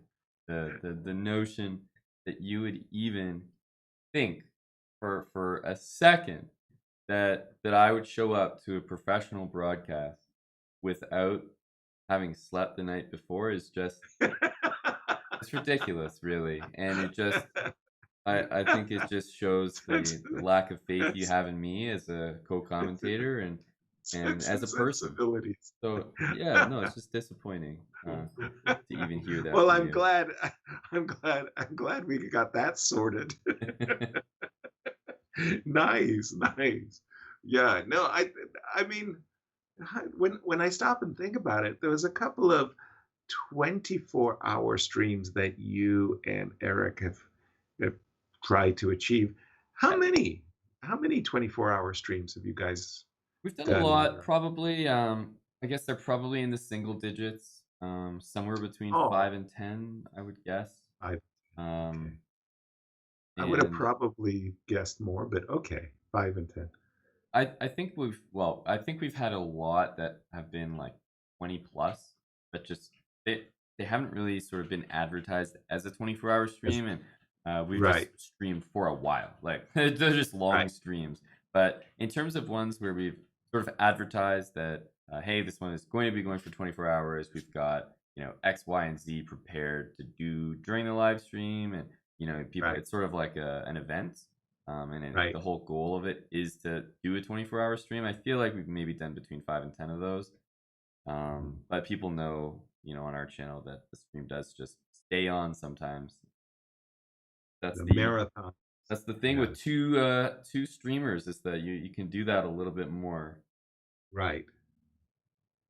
Yeah, yeah, So the yeah, we've marathon. done our fair share of those, but we're getting older, yeah, sir. We're too old for that stuff. It's like So, when you're starting slowing down. out, you're younger, you do these 24 Mhm. hour streams. You get older, it's like, okay, thanks a lot, guys. Really appreciate it. To celebrate, I'm gonna cut the Good stream. Yeah, night. Yeah. good night. The thrill is, in the immortal words of BB King, the thrill is gone. Nice, nice. Okay, okay. Yeah, I mean, when I was a kid, I once, I just wanted to test myself and I stayed up. I was like 18, 17, 18, and I stayed up 54 hours in a row. I just wanted to challenge myself to see how long I could stay up. And it was a very strange experience. At one point, it was like I was almost giddy, you know, like trying to stay awake. Okay, and they're off as Alexander Grishuk up against Yu Yang Yi. And my gosh, talk about your tabia position. Bishop b4 has become everybody's play, and Bishop e7, and now Bishop f4 has become everybody's play.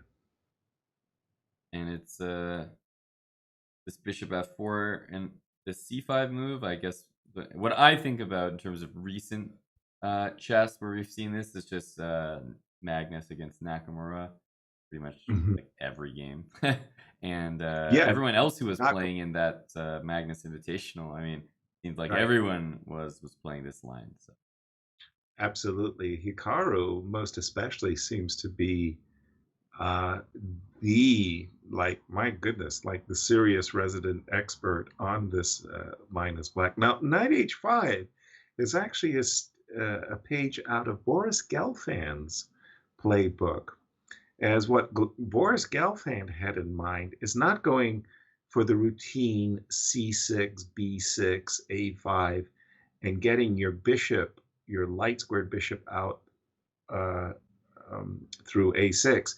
But but Gelfand's idea was actually to go um, the other way, to play rook e8 and knight f8 and bishop uh, d7 while eliminating this bishop from f4.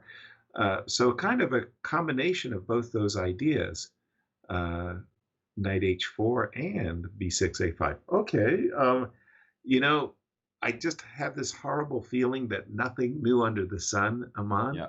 and that somewhere, this whole line has been played and played before, seen maybe in a game of Timur Radjabov or somebody as well. He also is very knowledgeable, very experienced in this line. Yeah, and I think that at the very highest level of chess, like a lot of these guys have an appreciation for these positions and exactly how winnable they are or how much there is still to play for. And when I look at it, I'm just like, yeah, all right, draw. Like there's nothing going on here. Um, Right, but I have seen the outplay happen where the c6 pawn is just weak, targeted, and somehow you get to an end game. White gets a knight to b4, a queen to a6, and this c6 pawn, the bishop just can't participate in the defense, and that's exactly how things can go wrong. There are definitely right. ways for things to go wrong, but a guy like Rishuk playing the position as well as we expect him to. As you said, nothing new under the sun. I imagine this is a very high chance of being a draw. Right. Now, because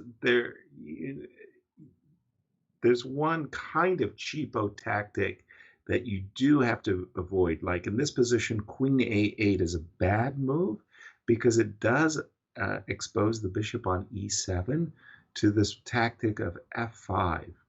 So F4, F5, and then suddenly, you've got regrets. Your pieces look a little bit weird. Yep. You wanted to play, and you wanted to play A5 takes B4, but F takes E6 is a little bit maybe asking too much Yeah. for black. You generally So don't want the game to get very like open, messy, tactical. This is supposed to be a right, solid affair. right. So if you take the move Queen A8 back, I think the move is to play B6, B5 here. So first of all, you stop F4, F5, but you do always keep the option yourself of playing A, B, and uh, normally speaking, you want to play Bishop F6, kind of invite Knight E5, trade a minor piece, and then hack your way through the A file. Yep. Yeah, B5 and, queen up, double on the A file. Open it on Right, your terms. precisely, And he's precisely so. considering all those things right now as I'm going to jump to the Please. other huge matchup between Dingler and Anish Giri. So board one for the China Pandas against our board two in Mr. Giri, and Ding looks like he's got one of these Catalan endgames, which Yeah, always seem to be slightly better. for me, strangely enough, I mean, definitely I can associate this position with a Catalan. I got a lot of hedgehog experience in me as well, and I can associate this with the hedgehog. Now, I always thought that white was for choice just because his pieces were a little bit more active, Yeah, as well as G4, G5 can kind of cramp black's pieces, kind of be a bully pushing black's pieces aside. Now, having said that, the only real uh, file of concern is the open D file. And the business squares are pretty well covered. So, how big white advantage is, I'm, I was always kind of a skeptic that it was really that big. But I thought that white was first choice. So, for example, in this position, if I'm in Anisha's shoes, I'm feeling I'm slightly worse, but I'm playing knight f6 to h7. So I'm tickling the pawn on h4, but what I really want to do is play king e8 and knight yeah, f8. And I just want to keep the business squares d8, d7, and d6 covered so white can't exploit the open D file. And if I do that, eventually one day I'll play F6 and I'll force the pieces back. So it's like one of those positions. White has to achieve something very concrete the next 5 or 10 moves. Otherwise, the advantage is Just dissipates. disappears. Exactly. It just evaporates in a desert sun. There's no more water. And does he want to meet g5 now with either takes or just knight h5? Good question. Normally, I would Well, instinctively say I this think looks it would good. be takes, right? Here, the knight on h5, maybe it's a reasonable. I would just be a little bit worried that the knight on h. Well, if the knight can scamper back to f5, yeah, maybe. I'd just be a little bit worried that my opponent could use the open h file and I could not. Yeah, definitely. So I would be a little bit worried about that possibility. But king e8 on the board. Hmm. Yeah, and Well, g5 played. g5 makes a lot of sense to me. okay. Now, and he played knight h5. The question there, Aman, was maybe knight h7. Like if you just put knight on h7, you go, oh, but yes, sir, that's obviously not good because of g6. But if you look a little bit further, again, I'm a hedgehog guy, and the pawn on c4 was always my counterspiel.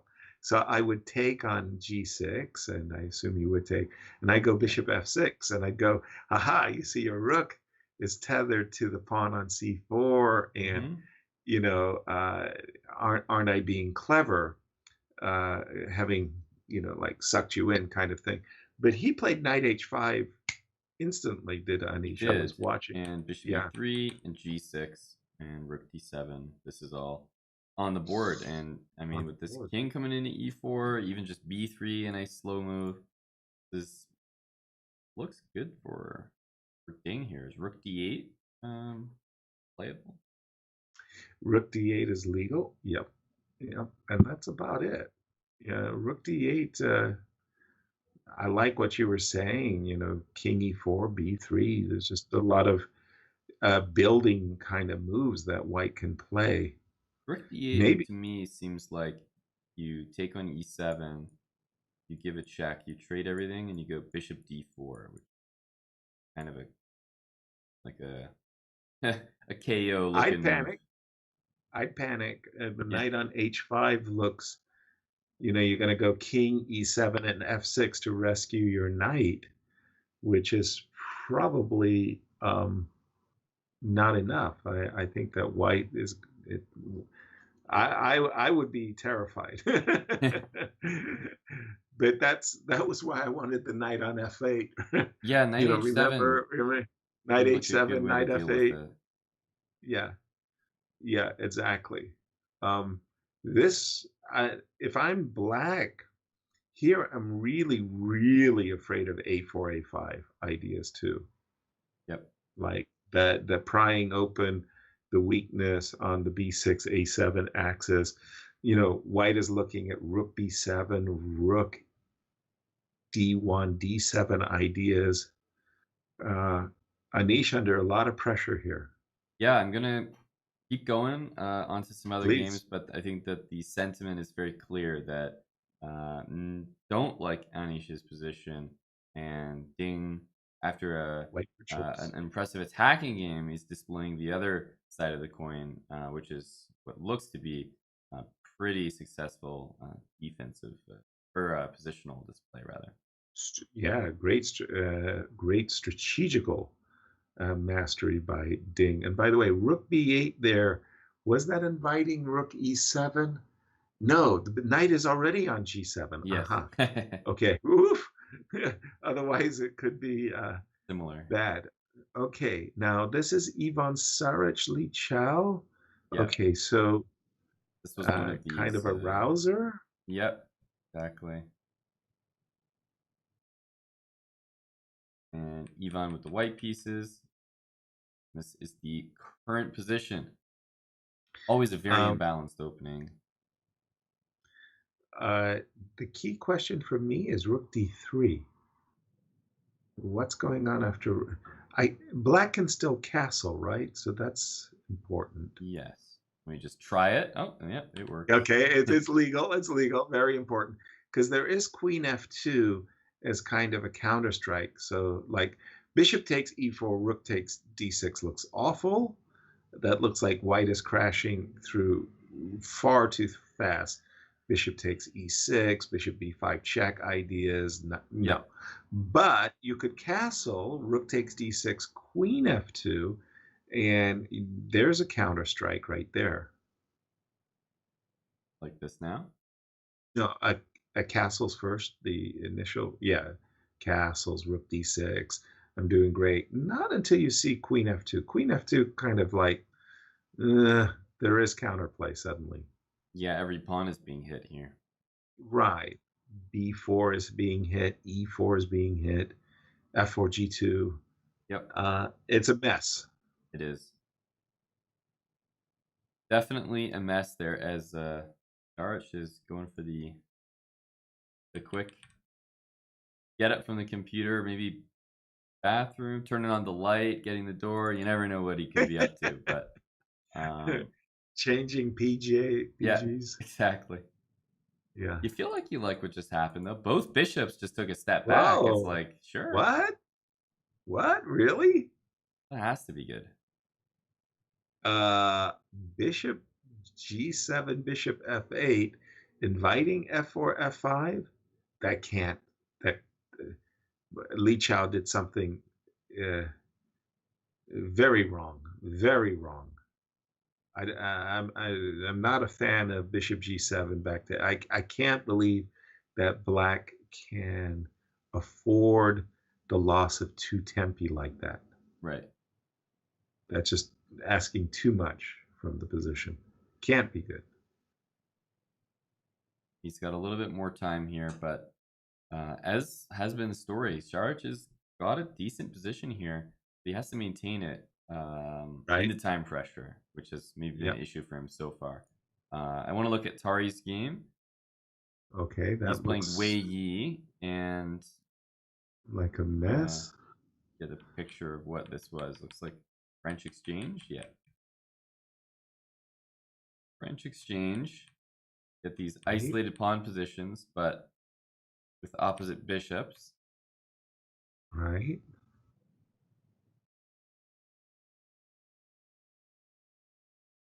Hmm. I don't know. Inviting the rook to b2, was that really necessary? Wow. Yeah, unfortunately, the queen has no other safe square to go to with knight takes b2 coming. Which is kind of weird. Yeah. Well, then I'm not a fan. Yeah, simply put. This pawn Right. is hanging, and no, it Knight will fall. d7 Knight d7 as well. is on tap, Yep. but there's a knight d2 as well that we have to realize. I don't know. My first impression was rather negative about White's play. I thought that Black was for choice. There's knight Now d2. there's knight d2. Now I'm less sure because okay, let's continue the line I'm on. Rook e1. I'm hitting the bishop, so yay. Bishop d3. Pardon me, bishop d4. Exactly. That looks like a killer. That looks like a real KO move. Yeah, bishop f2 on tap. I'm not liking what I'm seeing here for Tari. Maybe after knight d2's got to go knight d7, but isn't that an exchange after knight f1 threatening queen h2? Yes.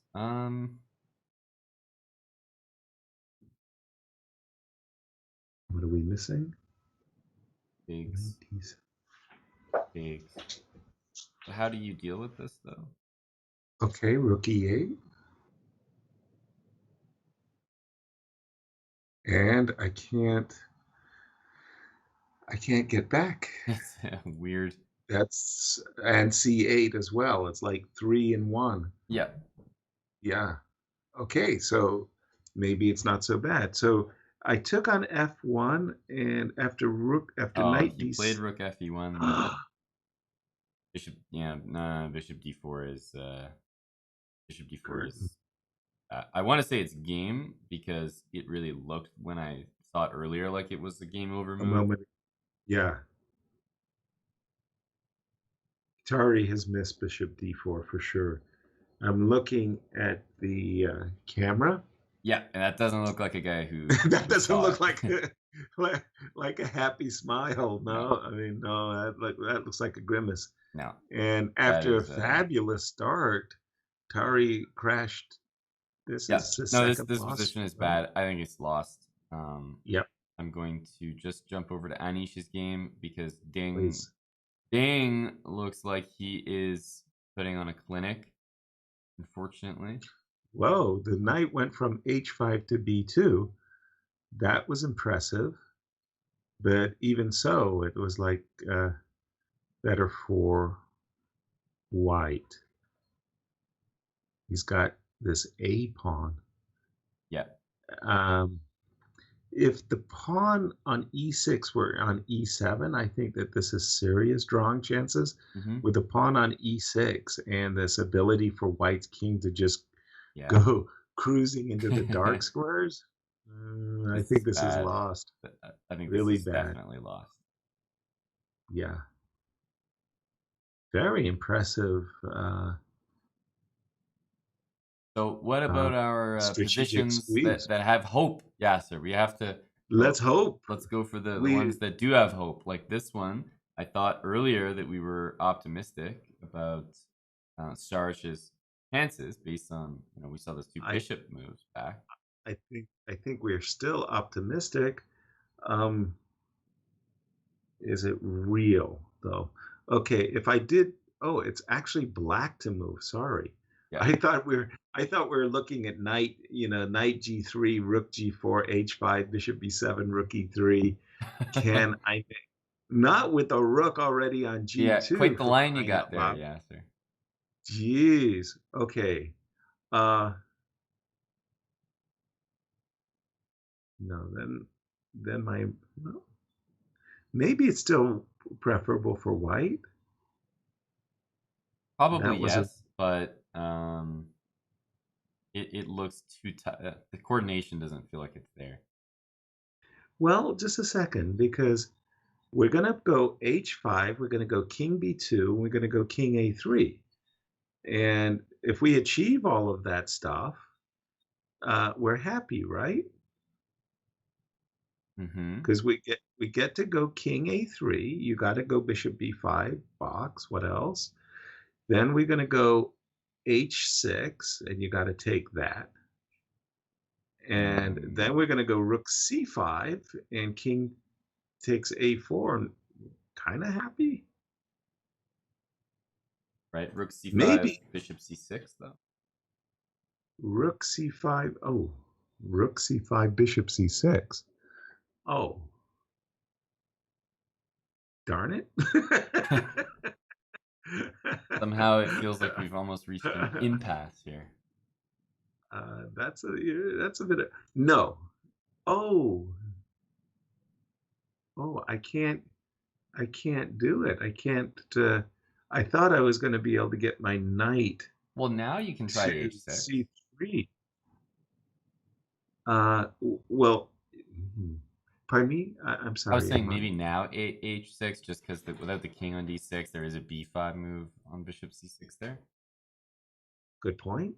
Good point. But it's also possible after h6, king d6 could just be played in reply. I'm not sure.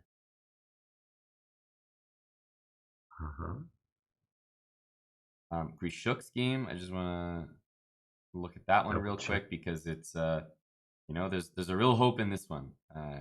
Yasser as We do Grishuk have a has pawn.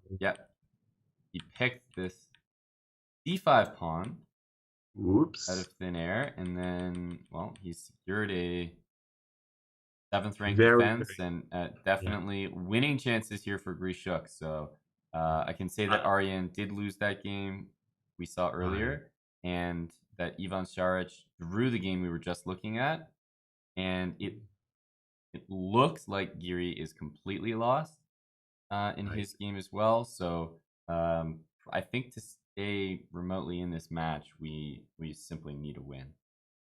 Yeah, now this position is technically a win. I mean, for sure, knight and 5 versus knight and 4 is a winning position, but Mhm. also we've got this very, very nice and superior pawn structure. So what I'm thinking is we want to trade rooks, right? If we trade rooks, uh, we win. It's that simple. So rook b2, rook a7 threatens knight e6. So king f6 is a good way of just avoiding that. Mhm. So the fact that white has to give ground every time we make an offer of a rook trade convinces me we should be winning. Now on knight e4, he wants to go counterattack with rook a7, knight e5, I guess, but shouldn't work. You would think not. I guess you can always go So up the I board, take on f. Yes, exactly. take Take on yeah, and f2, king f5. knight e5, king f5. You can take on f7. I go king g4, Yep, I like and this. I'm kind of setting up mating, checkmating I like knight ideas. e4 even. Knight e4. Okay, that is a different take. Um, Just because somehow this didn't convince me.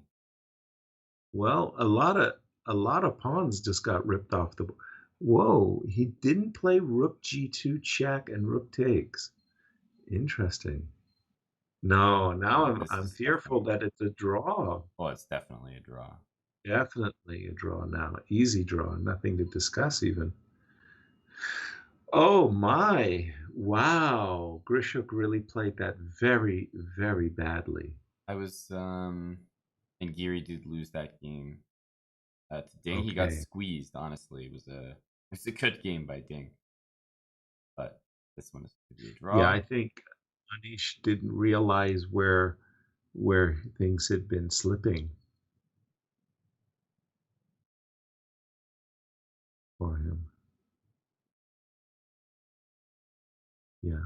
Um, yeah, I think it was, well, it was right around here that, um, You mentioned 94, yes, although I'm looking at it now, and unfortunately, what I wanted to do was like get my king in here, but right? you can take this way if you want. I'm not sure the validity of this though. Hmm.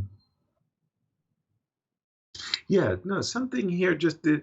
If you left the rook and the knights on the board for just a second, because it's sort of like you gave black gave white the most ideal moment to counterattack, right? I Hmm. mean, you'd almost like to see that the pawn on g3, the pawn would be on h4. Put a black pawn on h4 here already, right? Yeah. As a kind of a. So before you launch into this knight takes f2 stuff, shouldn't we have a pawn on h4 or h3 as black if we could go back a little bit? How far? Something like this? Yeah. Okay. Forwards just a little. Yeah. Go. Go. Okay. So we go back a move or two. Yeah. Back here with the rook. So here I would play h4 as black. Right. So the idea is do nothing. I'll play h3. Okay. Then I'm going to go for the knight takes f2 positions. Right. Remember the cure being worse than the disease? Imagine white captures the pawn on h4, right? Remember? Now I'll go knight d6, and I was gonna say this is a perfect callback. If people remember the game we talked about right, already between Liu right, Yang Yi and Ivan Saric, where he played yes, a5, a4, and it worked the exact same way, and he crushed that right. game as a So I'm result. thinking, I'm thinking that before you go for the whole knight e4, rook f2, you soften up the king side by either putting a black pawn on h3 Hmm. or just as a prelude to what you wanted, which was to get your king to f3, right? How Yeah. nice it would be, because it turned out that the h pawn on h5 wasn't useful ever, right? If you had put the pawn on h3, it might have stopped white from getting such a clean counter strike. Um, I'm sure Grishuk is disappointed he didn't win this game. This is the type of game I think in classical chess, like he would claim it. Yeah, exactly. Exactly. And that means that in this round again, it's just 3-1 in favor of Wow. China. So it's like start off with a slight edge, and then you Mhm. just get walloped 2 rounds in a row. It's like 3-1, 3-1. Just a reminder how How strong strong. this roster is Yeah, every single round. So again, we'll need a miracle, Yasser. Another one of I those know. because it's seven and So, a half to 4.5 right now. And if we're gonna, first of all, if we're gonna get to 8.5, we need to win all 4 games. right, If we're gonna even tie this match, we need 3.5, and three and a right, half is the bare minimum that we can get. Meaning that exactly. if we get 3 points or less, it's just not going to be enough. Clear. Oh dear. Well, we've certainly left it late. Could we just see that Anish game again? Because I mean, had tip, no question to Dingler in. He played really strategically a great game, but I just have a feeling that Anish hadn't realized, just how desperate his situation was. Hmm. Yeah, in some ways, after the move Rook D7 appeared on the board, that was when we both were like, oh dear. So instead of this move Knight H5, which he played incredibly fast, by the way, okay, yeah, King E8 is fine. I would have played Knight H7, but instead of that move Knight H7, like, uh, and we briefly glanced at G6. Maybe it's the best move. Maybe King G4 is another try. Yep. Although in that case, I could potentially still take on G5 if you know what I mean, because of the move F7, F6. Hmm. But we tried G6, and I was taking that pawn, and you were taking on G6, and I tried Bishop F6. And here I feel that I'm in it because B2 is hanging. Yeah. Um, B2, C4, Knight F8 is gonna happen next turn and try right, to trade more pieces. exactly. And this feels a lot more holdable than what we saw in the game. Yeah, this Knight H5 G6 thing is quite artificial and blocking the extra pawn, quote unquote. Like Right. that means that White's extra pawn sits over here in the A file and acts as a perfect decoy.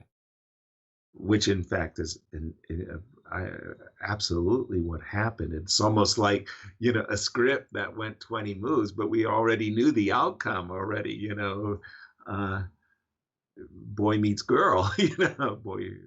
But knight h5, that maybe he was afraid of rook h1.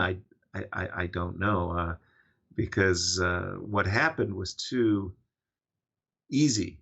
Yep. It was all one-way traffic. It was all good for white. Definitely too easy.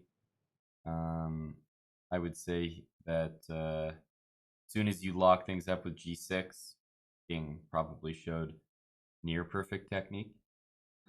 Yeah, yeah, Not much absolutely. else to say. He's a classy player, and he played that one pretty well. And Mhm. Bani should gone for knight h7 here, or even here Yeah, I potentially. was I was thinking knight h7 exactly here, before the move g4 g5 was played, and the reason is sometimes uh, white feels obliged to play king g3 to hold up the h pawn, right? Hmm. And then it's sort of like, oh, well, that's a tempo that's actually very useful for me, because then I'll slip my king to e8 and I'll slip my knight to f8, and I'll be fine. So that was why I thought knight h7 was principal. Indeed. Indeed. Yeah.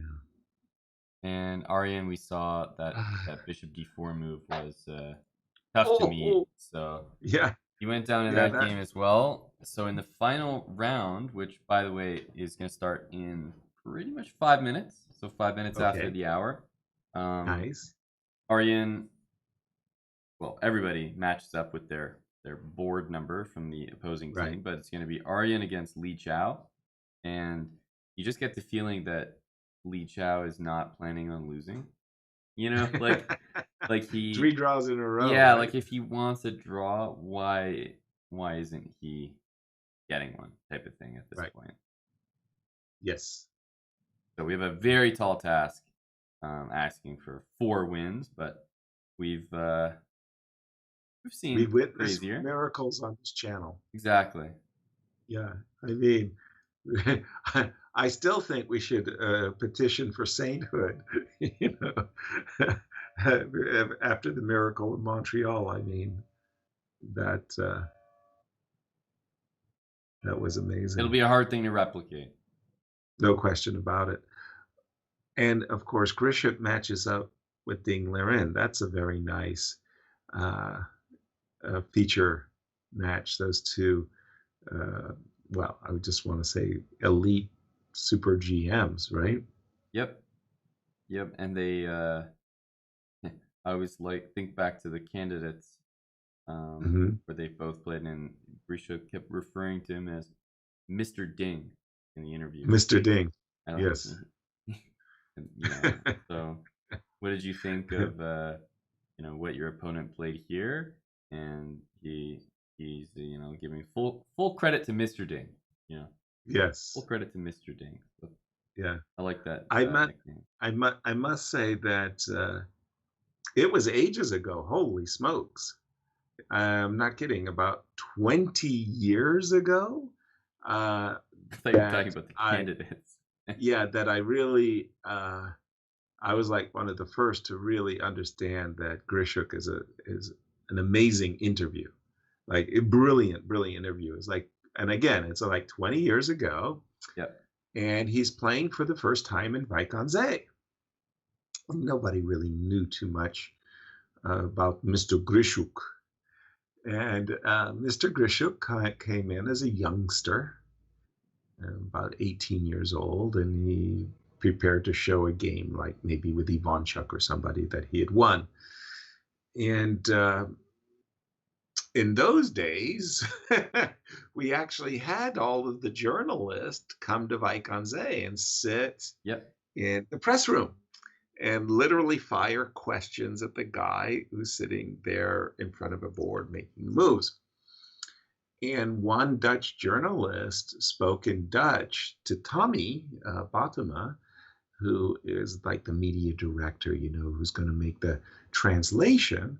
Yep. And I'm in the audience, and Grisha picks up on the question and answers in perfect Dutch. And like everybody froze, right? I mean, it was like, what the hell was that? The guy asked the question in Dutch, and Grishik answered in perfect Dutch. And before Tommy could translate or anybody, and it was just stunning. And like Tommy asked in English, it's like, you speak Dutch? And Sasha said, yes, of course. My grandfather is Dutch, and I came as a young boy to Holland where I learned to speak Dutch. Why not? It's like, what? This is like ridiculous. And it was just stunning. I mean, everybody was just like, we just stood up and had to applaud because it was just so, wow. I mean, Never it blew expected. our minds.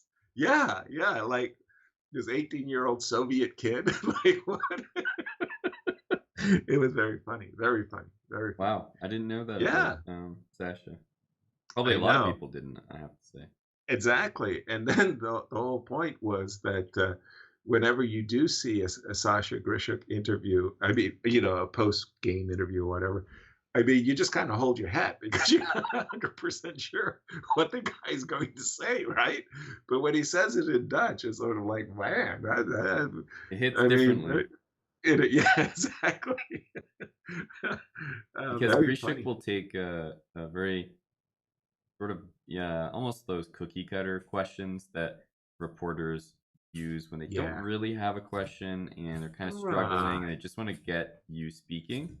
And Right. so tell me your, yeah, how did you feel about the game today? Or tell us what happened in the Right. game today. And he'll What was your even, expectation? yeah, he'll even turn those questions into like interesting responses. And that's Right. when you know someone's a good interview. Exactly. Exactly. Yeah. I mean, it was like Bent Larson. I really admired him as a player, but I also really admired him as a writer. And there was a game that was played in the 1978 World Championship match between Korchnoi and Karpov. And like that was a terrible match, like 32 games, the first to win six, and the guys were just tired. Yeah. So they made this draw like that was pathetic, like like as equal draw as you could possibly imagine, and made an agreement. Let's say move 20. And Bent Larson annotates this game and he turns this dry desert into an oasis. like he actually made this game come alive. And it was sort of like, damn, like that's good annotating. Yeah, if you can make me You can read do to the that. bottom of the page. Right, right, right. Keep me Exactly. I hooked. got his book. I got his book around here somewhere on the World Championship match. Anyway, he was a very good writer and he could bring, things alive that everybody look at and say, okay, we're gonna pass on this one. Yeah. One of my favorite annotations of Bent Larson is he was playing in the Church's Fried Chicken tournament, San Antonio, 1973, in San Antonio, Texas. And Bill Church of Church's Fried Chicken fame had brought all of these grandmasters, Tigran Petrosian and others, to San Antonio, Texas. And there was a local there,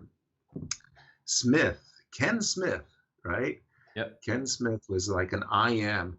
And one of the peculiarities of Ken Smith is he was the biggest collector of Abraham Lincoln stovetop hats, right? Like that was the guy's shtick. He was a professional poker player, and whenever he won a pot, he would stand up and he'd take off his hat, say, "Thank you, gentlemen," like rake him in, right? Yeah, counting them up. And Ken Smith against E4 always played the Smith-Morra gambit. E4, C5. Instantly, you would see D4 takes, C3 takes, and away you go. So Ken Smith, of course, was the local rabbit. Everybody pounced on him. And Bent Larson did the San Antonio tournament book where he annotated a game. Ken Smith played E4 and the guy played E6 and played a French, and Bent Larson put a question mark to the move E6, 1E6. And he said, stronger was C5 winning a pawn. It's just great, right? I mean, but Lord, you can't read that book without laughing out loud. It's just like he was special. Grishuk, yeah, he's special. He's special. He's a great interview. Great interview. Yep, I think he was the first guy that I've ever seen in his annotations. We actually have the um, emote ourselves. I think at some point we had like a troll emote or whatever Okay. on Twitch or something. So I know we had that at some point. He actually used that um in his annotations. And it was the first time that I've seen like an image Of the pop troll. pop up Wow. in annotations. So Like it was the kind Sweet. of thing where he's like, and to be honest, I didn't really have any clue what my opponent was up to, so I just tried to play as fast as possible. And then the little troll image Troll. inside his annotations, and he wrote it in there as he's submitting it to New in Chess or whatever proper Right. magazine he was doing it for, and he wanted to Uh, make sure it was included in its visual form. you know nice. Troll emoji. Nice. Yeah, Nice. You gotta like it. Okay, we're seeing some trolls now. Chat. those are our Grishuk thug life emotes as well. Nice. So the troll, and Nice. then the Grishuk thug life. Oh, very, very, very good. Well, Very Yasser, good. someone is asking an Mm, important question. Will you guys good. commentate the finals tomorrow? And if there's anything I like doing less than waking up at 8 a.m. and trying to commentate a match for third place, it's commentating a match for first place that I'm not a part of. Exactly. Where's if the ChessBrahs team is there, Aman would be on the money. He would be there. But yeah, 8 in the morning. You don't have real skin in the game. No.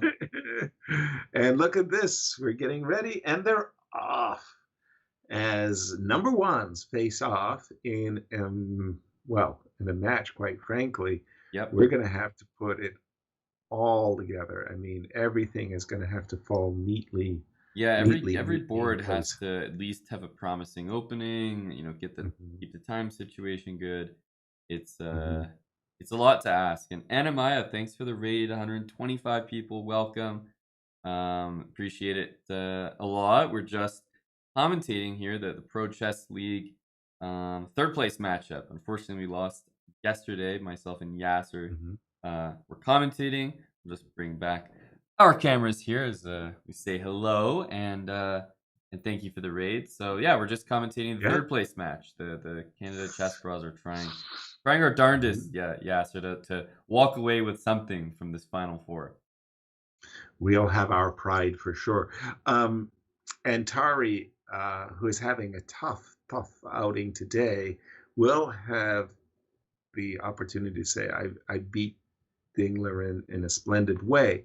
Now, having said that, the match, however, has really gone against us badly in these last two rounds of play as we've suffered 3-1, 3-1 scores, Hmm. and we need, everything to come up roses. Now, Bishop B7, okay, uh, I'm not a fan of Grishuk's approach to this particular line of the Nimzo, but after this move, Bishop B7, he can take on C5, recaptures presumably with the pawn, and get a real double-edged game of hanging pawns. Like the Yeah. knight can go to F5.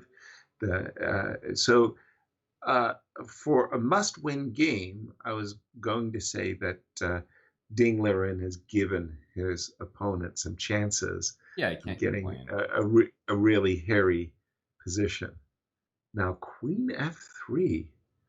Okay, I was about to say, to my mind, the queen does not belong on F3. H3, yeah, I could potentially get behind Queen H3. Um, Yep. Queen H3 will stop the move G6. You don't want to play G6 when I can go Knight H6 check, and Queen G3 you know, also threatens Knight H6 check as well as Knight D6, which ah, okay. Now, yeah, I have missed Knight D6.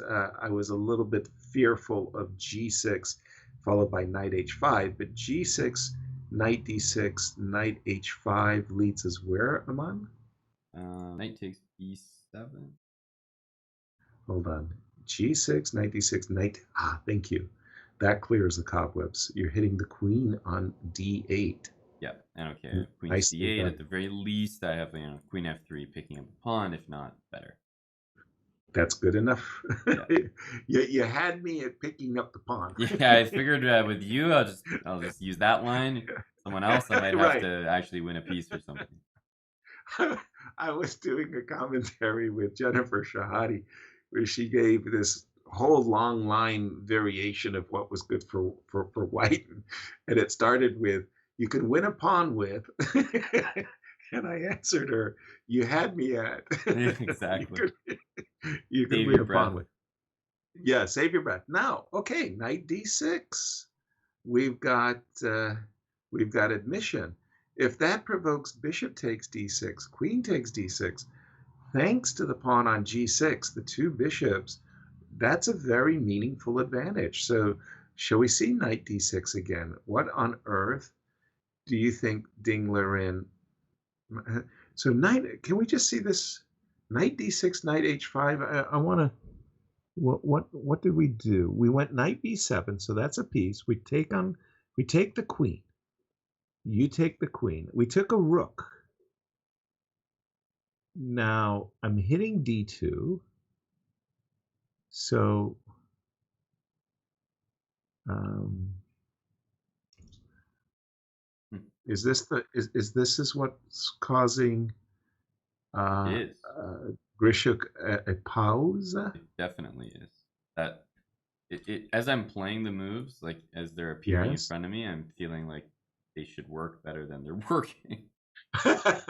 Yeah, I mean, that was why I was preferring queen h3 to queen g3 because I saw this move knight h5 and it was really annoying.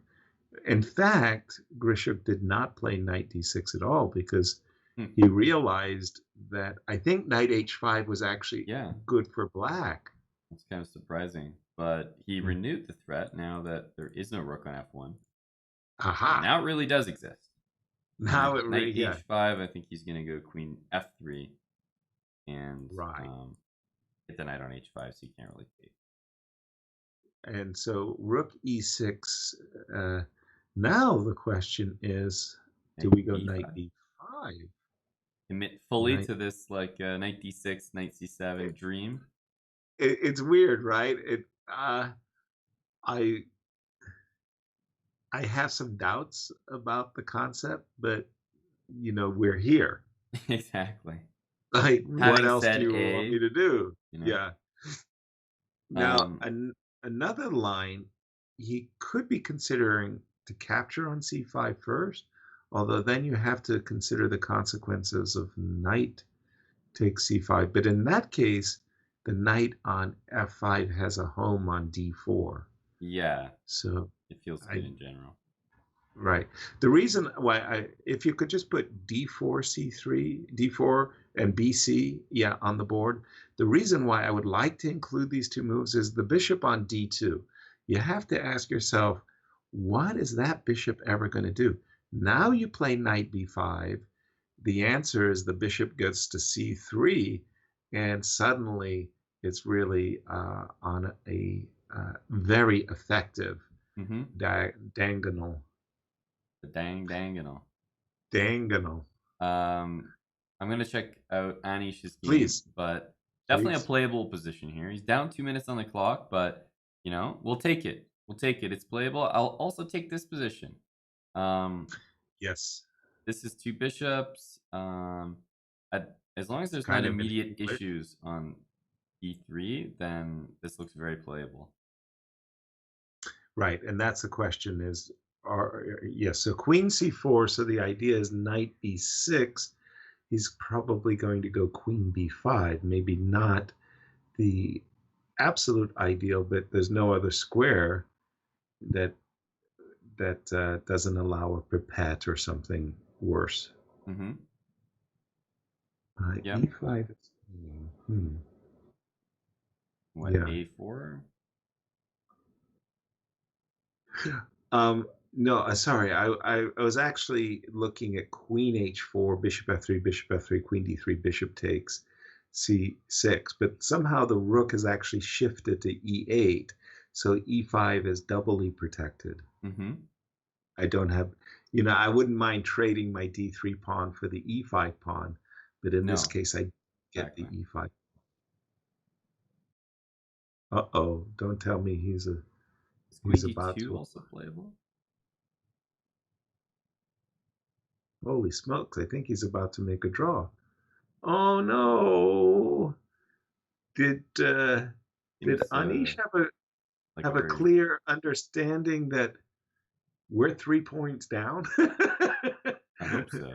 That we, we seems very we strange. can't agree to a draw. If you had tried queen b5, you had mentioned a4, that would have probably provoked bishop c3 to stop rook a5. Oh, I can't. Bishop f3 and knight d4. Oh, you mean Oh, like just here? yes. Yes. And that's the nasty move. That one, that knight h4 is, Mm-hmm. I'm worse now with white, due to the double h pawns, I mean. And what about But queen queen d2? d2, Yeah, yeah, and then the issue is knight David 4 to b4, right? it just always seems like the type of thing that if you need to play it, you can play it.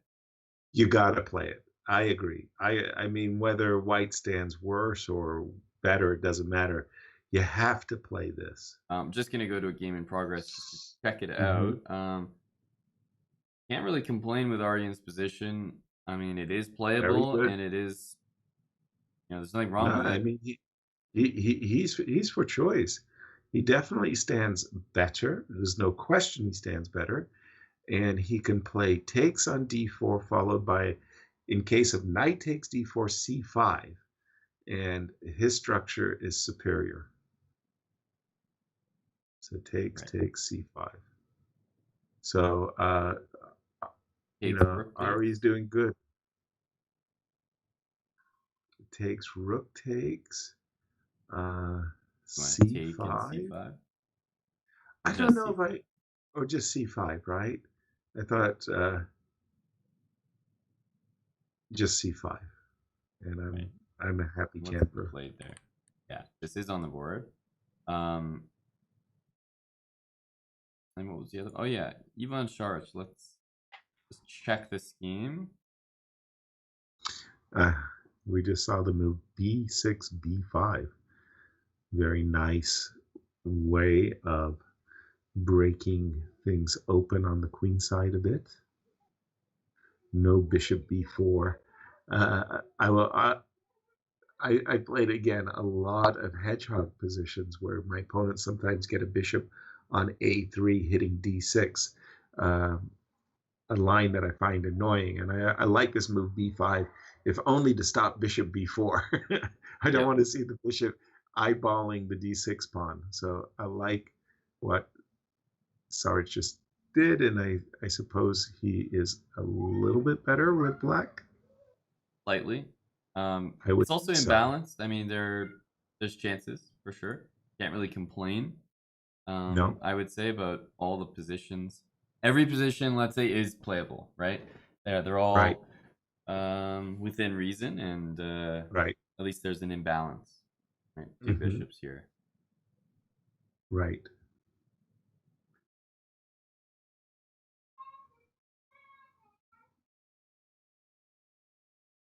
Now here's the question in the Sarich game. Can he take and play rook d8 with the immediate intention, of course, of playing for d5? Huh? How would this how would this go?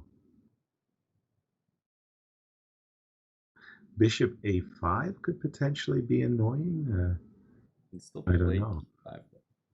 Or no? Yeah, I think you can.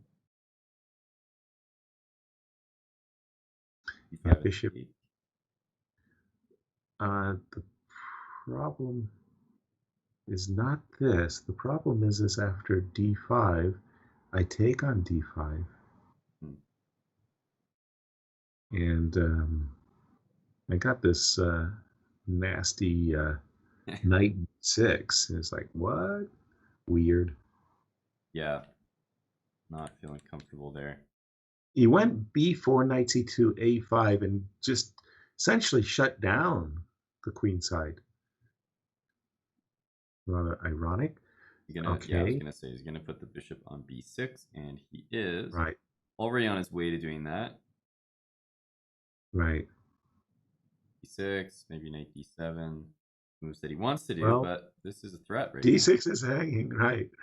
Uh, well, I've seen a number of Magnus Carlsen games where Magnus has played the black side of these Sveshnikov-like positions where he puts his bishop on b6, and it becomes not only a great defensive piece on c5 guarding d6, but it also becomes a great offensive piece as well. So I still feel that black is doing well in this game.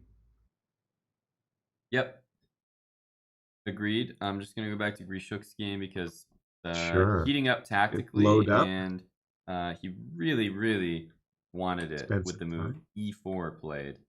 I mean, Whoa. this is Okay, we very didn't go in. committal. We didn't go pat down this jungle. Oh my.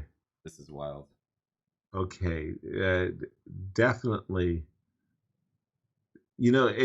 It's kind of sad, especially in my career. Played a lot of Swiss tournaments, and in a lot of the Swiss tournament games, when the two top players played each other squared off in the last round, more often than not, the games were agreed drawn like after 10 moves as the players, Mm-hmm. split prize money and stuff. And a lot of the times when the number ones in a tournament sit down, they don't really square off very well. But this time, we're looking at a Donnybrook over here. This looks great. And first impressions are that Ding Liren's in trouble. How do we deal with knight h6 check? Knight h6, Uh, bishop g5. So many good-looking moves. yeah, but I was thinking knight h6 check. The idea is if you king h8, f7 is hanging. If you take, I take on h6, and e7 is then loose. exactly d7 is loose. Bishop g5 is on tap, and the rooks on c1 and d1 are just ideal. Right? This is this is this is looking very, very scary for Ding Liren. And just the way Grishuk is sort of laser focused on camera there, Mm. you get the feeling he really wants to beat Ding Liren here. Mr. He Mr. saw what Ding did to our team so far with some positional Right, tactical masterpieces. He's like, all right, buddy, you right. know what? It's my turn. Our turn. Queen e8. Well, this does invite knight b5. Knight Knight b5, bishop b5, knight d5. uh, bishop b5. Also, that looks like an invitation that's very hard to turn down. Um, you almost have to play bishop c6 in that case, right? Yeah, But okay, the reason he played queen e8 is he had to get off the d file because d4 takes c5 was threatened. yeah. And so, he had to make room. Now, do we have a good answer for knight b5? I certainly don't see it. Knight b5. Again, I'm just eyeballing an opportunity to play knight c7, forking queen and rook. But I'm also looking at knight b6 with the idea of capturing the bishop on b7 and hitting f7, and maybe on a good day playing bishop g5 as well. So just a lot of nasties Yep. opening up c file for the rook on c1. Okay.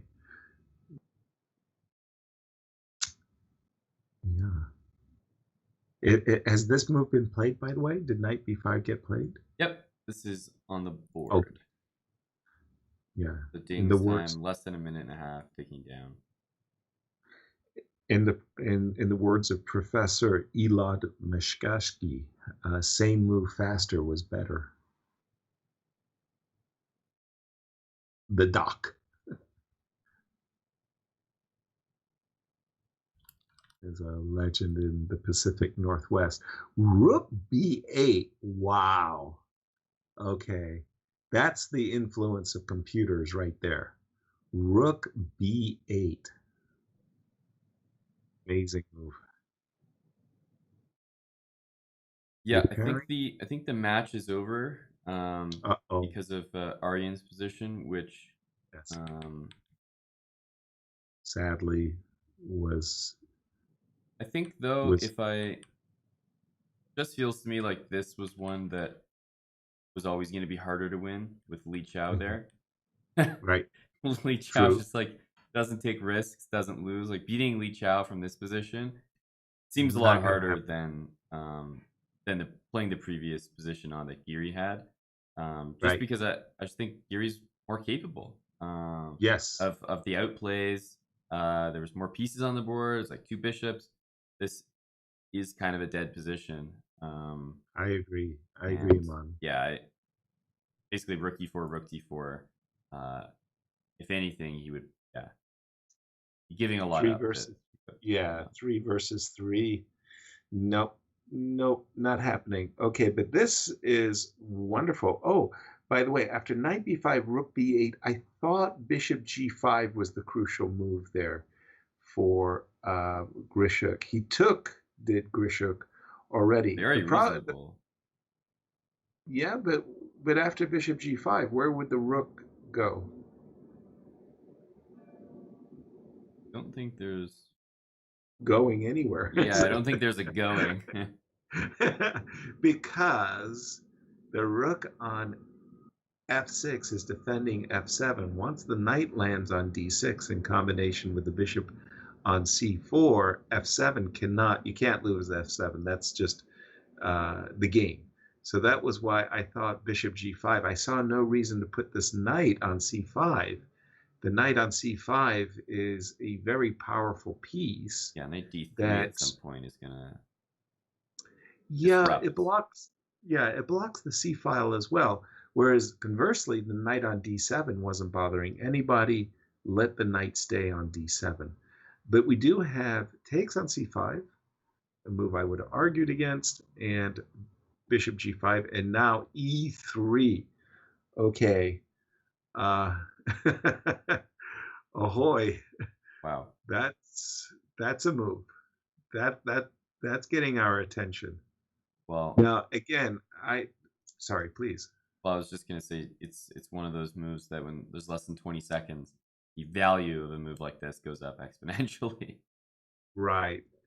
Especially because you thought you were going downhill in one direction, and Queenie E3 really uh, is like a Jolts you sudden up. break. Yeah, it's like what? It's like what? Uh, okay. I like The knight good d6. news, yeah, the good news is that White's Blundered, right? advantage Just is huge after knight what's takes winning? b7. What's Oops. over? Yeah. Oops. I shouldn't say over, but you know what I No, it's mean. over. It's Over. pretty over. As Rook c3, and we block the checks in front, and we wow, also threaten bishop b3, and we can what a clutch very game. I mean, wow. we've lost the match, so I'm not trying to hype it too much, but I just know the pressure that's on this game going in at the start, and how strong of a player Ding is, and c4 king d4 is available. Yeah, and a nice win, uh, but maybe what should have been a beautiful attacking victory was maybe marred by a well blunder, Hmm. kind of a tragic blunder. Rook h3. I mean, Dinglerin is still kicking. Yes, I'm actually Ooh, surprised by rook f5. no, that was not a good move. I don't think that was a good move because that c pawn was never. That c pawn was always dropping. Let's put it that way. Right, Okay, but he did get it. King to no, no. The pawn, it's beautiful way too pawn on fast. a6. Yeah, is way too fast. I agree. A6, fasten down and now, well, holy smokes, time trouble. What a Still, weird position. He's got still. 1 second. Is he flagging? Oh, and he flagged. That sucks. Oh, that's too bad. No. He flagged in a winning position. King c6. Why was he thinking about king c6? You want to play king b7 and It's take just the a pawn. those moves, or even like a split second thing that takes your mind off what you were going to do, and by the time your mind refocuses on the right move or what you were intending, time's at zero. Oh, oh, that my gosh, Aman, that was a kind of a game that features everything, right? I mean, Everything, yeah. oh. Chess is a cruel sport. I don't care what anybody says. That was a really nice game. I think that Grishuk was putting together a kind of a clinic there. If you don't mind, could you go back to the position where d4 takes c5 was played, and we'll just bring in the engine to clear the cobwebs, because I thought that exactly here it was a very big advantage for white, but let's see what the engine says. First The of engine all, says very big advantage, 2.37 with DC5. Sorry, yes, please. Geary and Pari both drew. Sarch ended up losing, and actually, as we just saw, Grishik ended up losing as well. So it was actually another 3-1 round to finish Wow. off, which means that the final score was 10.5 to 5.5. Right. So we go down in the third Definitely, place match. definitely a thumping. Uh-huh. The second best move of the engine was the move I wanted to play, which was bishop g5. Mm-hmm. And then it says a6, knight c7, big advantage white. But before the move rook b8 was played, if you could just take that move back, I'm just curious. Yeah, rook b8, number one choice. Isn't that something? I mean, it goes King. to show that these people, these youngsters, have learned to play with the engine, right? I mean, they're students of the engine. Rook b8 is not a move that comes instantly to mind. Very impressive. Very Yeah. impressive. Um, Wow. Well, yes, Um, that is very officially the end of the kind of the entire season. right. It's been started a while ago, but Right. um, to Anish, Grishuk, Mr. Tari, and Mr. Sarich, definitely want to thank them for their Absolutely. time and their fighting spirit over the course of the games, because it's been pretty exciting. And I thought we put together a mix of like strong team, but also Veteran players youth. that have played on the team before that people might be familiar with. So I thought it was a nice mix of like people that the stream are to be familiar with, as well as Right. of course very strong players, very competitive players for as we saw, top 1, 2, 3, 4 spots all up for grabs for this roster. So it was a pretty thrilling season. I have to say, it's a little bittersweet the way that Mm, it ends online, and yeah. we were just in a different headspace maybe, and kind of lost our momentum. But a little Right. bittersweet there, but still it was a lot of fun commentating, and not just these matches, but in the regular season as well, and seeing the guys in action every week. So it was Absolutely. definitely fun. Shout out to Ali Riza for his great work during the season, and to Eric Hansen, who was riding the pine during the playoffs, but certainly contributed also during the season. That was fun to call Yep, the action when he was in on at play as well. absolutely. It's Yeah. difficult, more and more difficult to manage and play. So it's Yeah, always that's impressive to see that. yeah, that is really, really hard, because what people don't realize, when you're a kind of a captain and you're being asked to make a decision about other boards, and do you want to draw, or uh, what what time of the day is your player in France going to play versus the guy who's playing in Australia? All of those things are amazingly distracting to your own play.